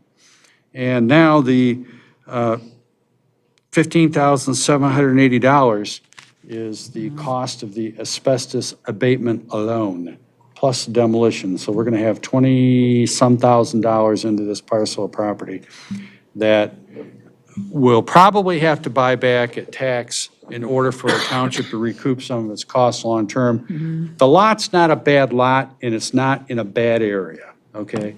The question is that once we get it cleaned up, and depending on how long it goes through the tax, it'll probably take 2 years to go through a tax sale process, and then it'll be offered to the township, and at that point, the township can recover it and hopefully get its money out of it, or most of its money, which I would recommend as the strategy for the township. Otherwise, we're just out. Yep. So we need to look at this. Yes, Mr. Spencer? Quick comment on this. I sent an email to Mr. Hoffman's office yesterday requesting, because he's not a licensed abatement contractor in the state of Michigan, so requesting either another quote to compare, or for him to, if he is licensed, I'm assuming he's not, I looked up his credentials and could not find them, or 2 separate quotes on letterhead from 2 different contractors. Now, I think you guys can approve probably to go forward, maybe this will be the cheapest, I don't know. Up to this amount, yeah. Up to this amount. Right. I just want to make sure that at the end of the day, we're not overpaying for And I abatement. completely agree, and that was a strategy that I was going to recommend, and I agree with you, Mr. Powell, so we can just kind of keep it moving along. But I will tell you that the, Mr. Ed Wenz from Lead Abatement was the gentleman who did the asbestos survey. Okay. It wasn't on his contract. That's the only reason I brought it up. I did catch wind of who did it, okay? He actually, Mr. Wenz called me, okay? And said, hey, this is what the issue is over here, blah, blah, blah, blah, blah. So I am in totally concurrence with that, and what I would recommend is that we approve this amount, subject, that be the maximum amount allowable, subject to a secondary opinion. Question? Mr. Roman. Do we need to waive the procurement policy for this? This is something that we're going to get another bid on right now. This is what we're looking at doing. So what I want to do is, as has been done in the past by this board, we have the maximum cost right now that this is going to be. Anyone that comes underneath this will know where we stand with that. And in order to keep this moving along and on schedule, I would just as soon approve a maximum expenditure, not necessarily this contract, but a maximum expenditure of $15,780 be allocated toward asbestos abatement, okay, for 288 Tower, okay? Did you get your answer, Lisa? I don't have the procurement policy memorized, but if we are required to go out for bids for this, then I suggest waiving the procurement policy, but I don't know what it says for 15,000. Wouldn't he just need to get 2 more quotes and then we would, Honestly, I don't recall, and if we don't, if yeah. We'll be lucky if we get 2 more. I think it's 3 quotes in the normal Policy procurement states 3 process. quotes. It states 3 quotes, but you can't get it? I have some concerns that we may not be able to get 3 quotes. well, then you can just waive the policy for that reason, but it can just be a simple addition to your motion. I agree with Mr. Spencer's Yeah. take on this. I think that's the best way to approach this. This is the worst-case scenario. Right. Okay?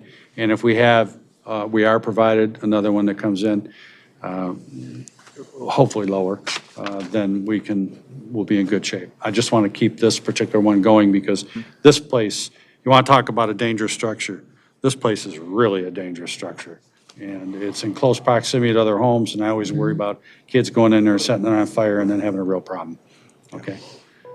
If that other house burnt where it did, it's far enough away from other homes, everybody could break out the marshmallows, but not this one, okay? So I have a concern. So, looking for a motion here? Mr. Powell? Mr. Supervisor, I move that the board accepts the maximum quote of $15,780, subject to at least 2 bids coming in on licensed contractors' letterhead for this proposed work, and that the board waive competitive bidding for the procurement of these bids. So it's authorizing the supervisor to sign a contract in an amount not to exceed. That works for me beautifully. I thought that's what I said. yeah. Yes. Yeah, that's what you said. That's what I heard. Yes. Okay. Got it? Got it. Okay. All right, we have a motion. Looking for support? Support. We have motion, support. All in favor? Aye. Okay. Thank you. We'll move that along one way or the other. Next item is WODA. Now, if you all recall, almost 4 or 5 years ago, I had a meeting with Mr. Hamel, and he and I sat down and saw the redundancies in the transportation system that we had and what they had, and started the infancy of WODA, and then it grew, and it grew into the community of Waterford and also into Walled Lake. Currently, it has been extremely successful. I can't begin to tell you how successful. You can look at the numbers and you can see that there's been a significant increase in the amount of ridership. And we, for our first years, pledged $185,000 a year, and then we agreed to go into a formulary based on population and ridership. And the agreement that this board agreed upon and signed on as part of WODA with the formulary would have put us at a much higher number, but there are certain cost containments that our director is trying to implement and trying to keep the cost down as best as possible. So we're looking at a $220,000 contribution this year, of which we have a source of funding that will have no cost to the township. It's the ARPA money. This specifically qualifies for ARPA money 100%. And I would highly recommend that the board consider directing that monies towards this particular use, as it is, again, one of the allowable uses. And we have continued to see growth, and will continue to see growth. And as of, you can see, as of November 30th, we went from 2,359 rides last year in 2020 to 4,820 in just White Lake alone. There's a significant amount of uptick in this, and we've had a lot of people that have started to find out about it more. We've had to add a few extra vans, and we're also working with SMART and DOT and working with the RTA to look at some of the transportation funding that is available for southeastern Michigan. The challenge, as always, is getting a piece of that pie when the pie is already spoken for by so many different organizations. And we'll have to keep working at the grants and connections that we have to move through that.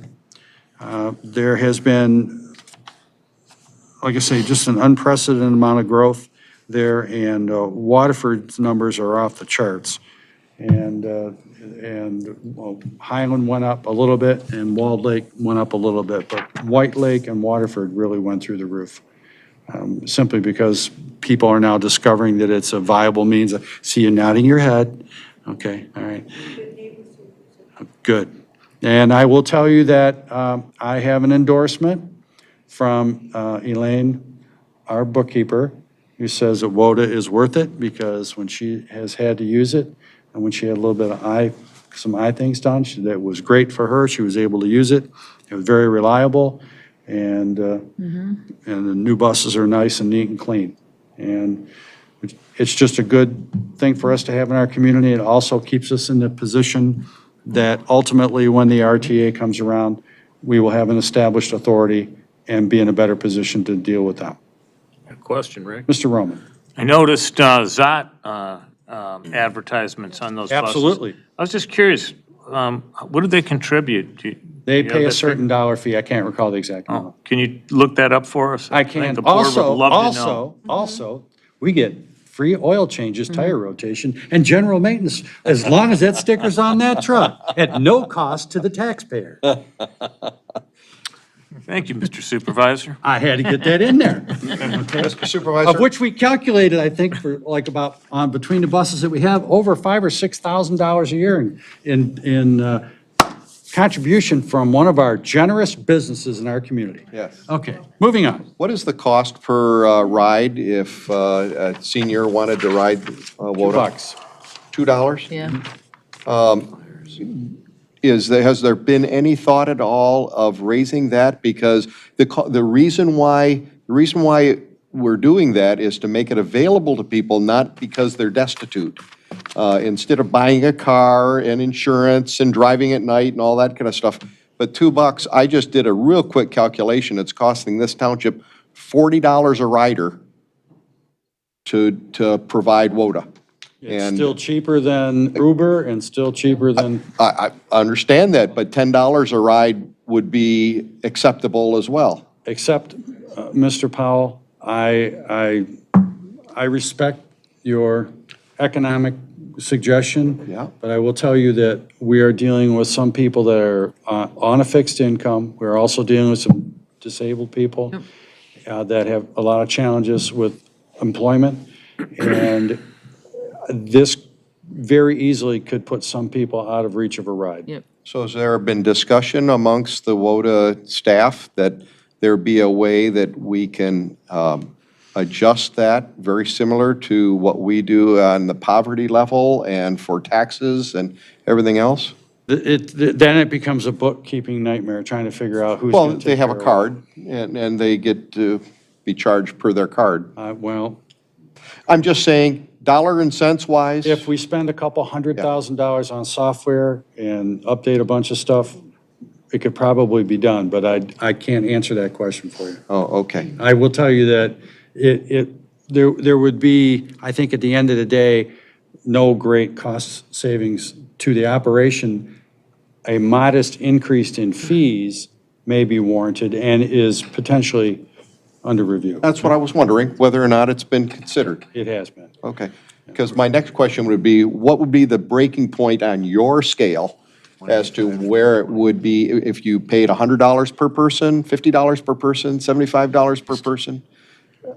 We're probably, if you look at what a couple of the other competitors charge in the area, at the end of the day, it's in the $50 to $60 per person, Okay, I was just curious. ride dollar amount. And then, for example, if you have an individual that lives at Independence Village, that is wheelchair-bound, and needs to go to Henry Ford, West Bloomfield, it's $115 by a private carrier. Yeah.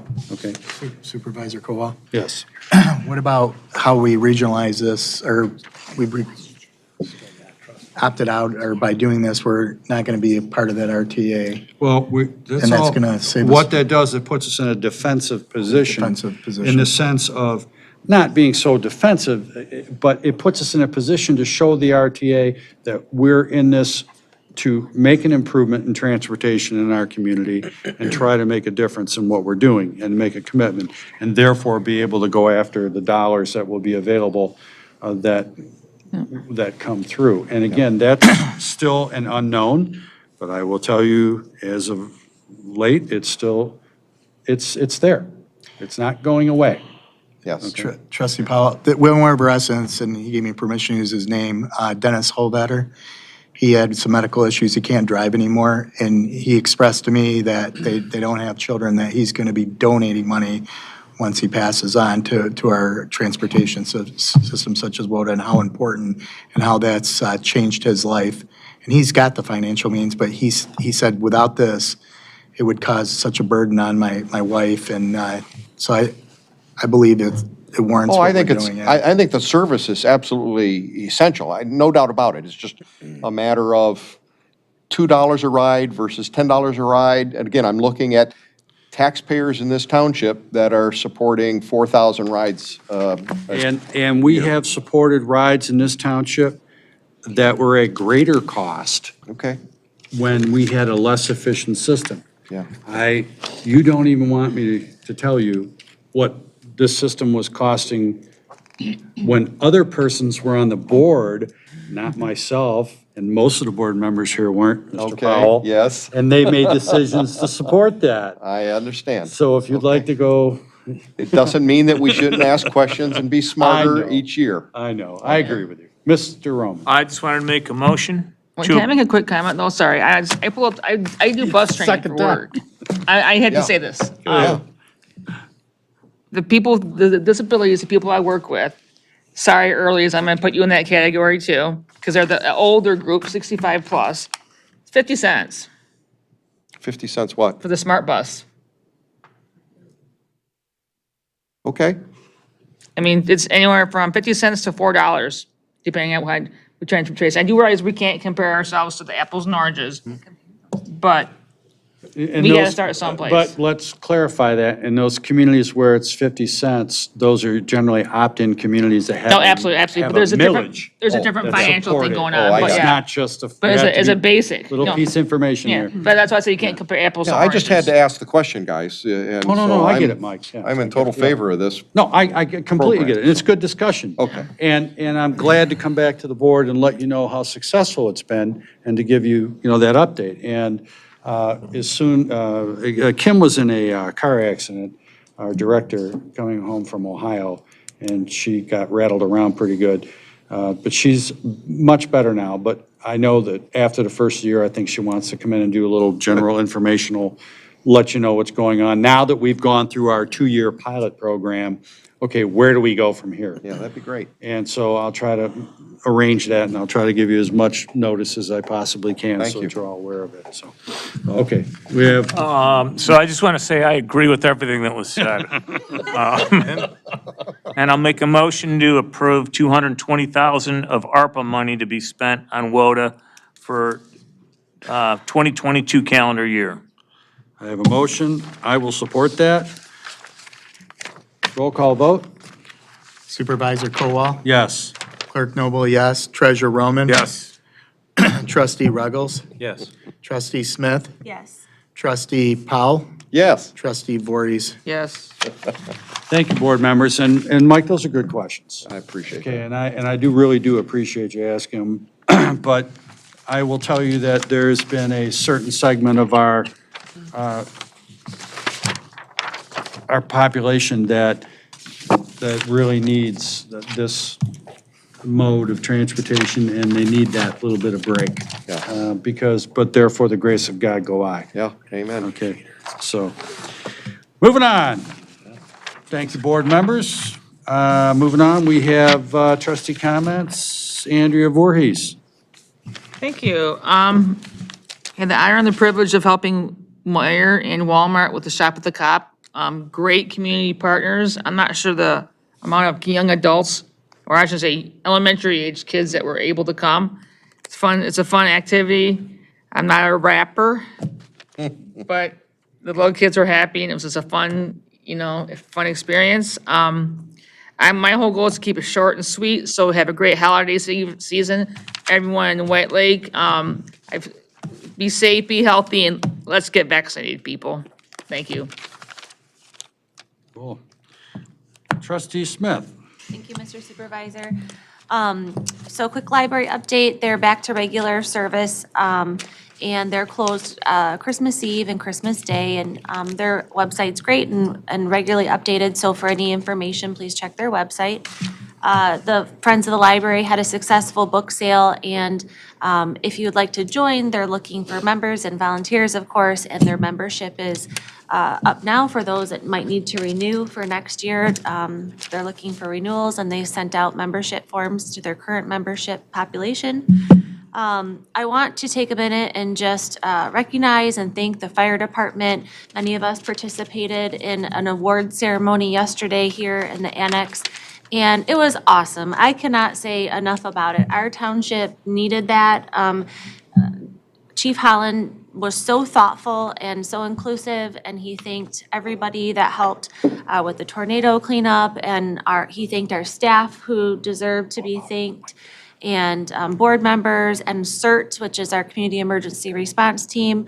And then so many well-deserving firemen were promoted yesterday in rank, and I was honored to be there to support them, and couldn't be more proud of our fire department. And everybody got thanked, except I thought afterwards we needed to thank Chief Holland. So he's not here tonight, but I'm sure he'll watch this later, and I just want to publicly thank him. He did an outstanding job during the cleanup service, and he did an outstanding job at the ceremony yesterday. So I just want to thank him. And of course, want to wish everybody a Merry Christmas. It's nice to be together this week, although it's busy, I'm sure, for everybody, but it's nice to see you and wish you Merry Christmas in person. So have a wonderful holiday, a Happy New Year, and be safe. Thank you. Thank you. Mr. Powell. First thing, I'd very much like to thank Trustee Smith for getting up and turning the heat up. You're very welcome. My hands were stuck to the desk here. They were so cold, so thank you. Also wanted to point out that it was a shame that we didn't have a portable mic for you to read the proclamation for Ruth, because no one online was able to hear that proclamation. And so it'd be nice if we had that portable mic. I think we've put it on the list to purchase, and I thought Ken actually purchased it for the township, and we should have had it out here. About that, yeah. We had a Civic Center Development Committee meeting last week, and really what happened was John McGraw and his brother made the same presentation to that committee meeting, or to that committee that they did before to this board. But the committee is just as excited as we are to progress further. And it was thumbs up by that committee to continue what this board is hoping to do and have that partnership work and further our development downtown there. That being said, Merry Christmas to you all. It's been an honor and a blessing to serve with all you guys. Carol Burkhart, Merry Christmas, and to all my fellow residents out there, Merry Christmas, and have a great and blessed and safe New Year. Very good, thank you. Mr. Roman? We got about 300 calls between December 1st and probably the 5th. Residents wanting to know where their tax bills were. So you should have gotten them by now. They went out about 5 days late due to an Oakland County mailroom equipment breakdown, believe it or not. So Oakland County actually had to subcontract mailing them, but they're out. We have dog tags as well. So you can come in and get those. And just a Merry Christmas and a Happy New Year to my fellow board members, to everyone here, and to all of our residents. Very good. Mr. Noble? I'd like to wish the board a Merry Christmas and a Happy New Year. I'd like to thank my staff for working hard throughout the year with the recent election. I'd like to thank Elaine and Dawn especially for working on this latest project and stepping outside the box and being creative with her work ethic, hard work ethic. It was a long task, and I appreciate that. And I wish everybody Merry Christmas. Mr. Ruggles? Yeah, thanks. Mike, I'm surprised that many people miss their tax bill. Our phones didn't stop. I know. Unreal. I wouldn't miss mine. Yeah. As far as WOTA goes, I'm a big fan of the program. I think a couple reasons, in my opinion, why the numbers have gone up so much is the management's great. The vehicles are new, neat, clean. The drivers are nice. They're reliable, dependable. So if that continues, I think ridership is just headed this way, you know. So I'm a big fan of WOTA. Nick, I've got a couple contacts. I'll pass them along to you, I think, to get some quotes for that asbestos removal. And Merry Christmas, and that's it. Okay. Can the halls. We did can the halls. Was a little thing that we put on, kind of like a last-minute little food drive, and I'm very happy to say that we probably basically trying to guesstimate anywhere between 800 and 1,000 pounds of food. So there was a significant amount that we had to send multiple pickup truckloads to Open Door and Community Sharing. I'm really proud of the township, and that was something that just, somebody was talking to me about something, and you know, an idea triggers in your head, so I can't take all the credit for it. It was a combination of a couple different people. And there was a combination, and somebody said, well, you know, you should bring a can of food, you know, to the township Christmas party. And then the light went off, and I thought, let's do can the halls. And the public responded real well to it, and I really thank that. And it's just something we have to remember that, you know, in our community, we have two organizations that really cater to our population in need, and that's Open Door, that's located in Waterford, but serves about 35 to 45% of their patrons are White Lake residents, and Community Sharing, which incidentally is pouring footings for their new building behind the Highland Township Library. So the new building is going up, so which is great. And they're going to be vacating the old Duck Lake middle school. I can't remember the old school over there, which they need to get out of there. So these are super important things, and people need to remember this, that, you know, we are blessed. We are beyond blessed. We managed to get through a tornado and didn't lose anybody.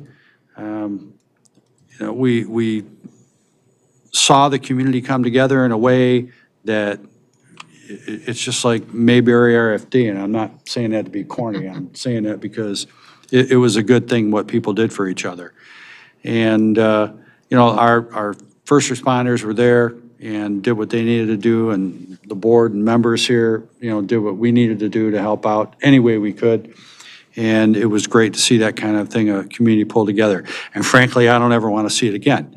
So, but that goes without saying. So to all of you, I say thank you very much for your generosity, for your support of what this board is trying to do and where we're trying to go. And I wish you all a very, very Merry Christmas, a Happy New Year. Merry Christmas, Carol. And I say to you, God bless, take care, and a motion to adjourn. Motion to adjourn. A motion support? A motion support, all in favor? Aye. Aye. Adjourn 10:35.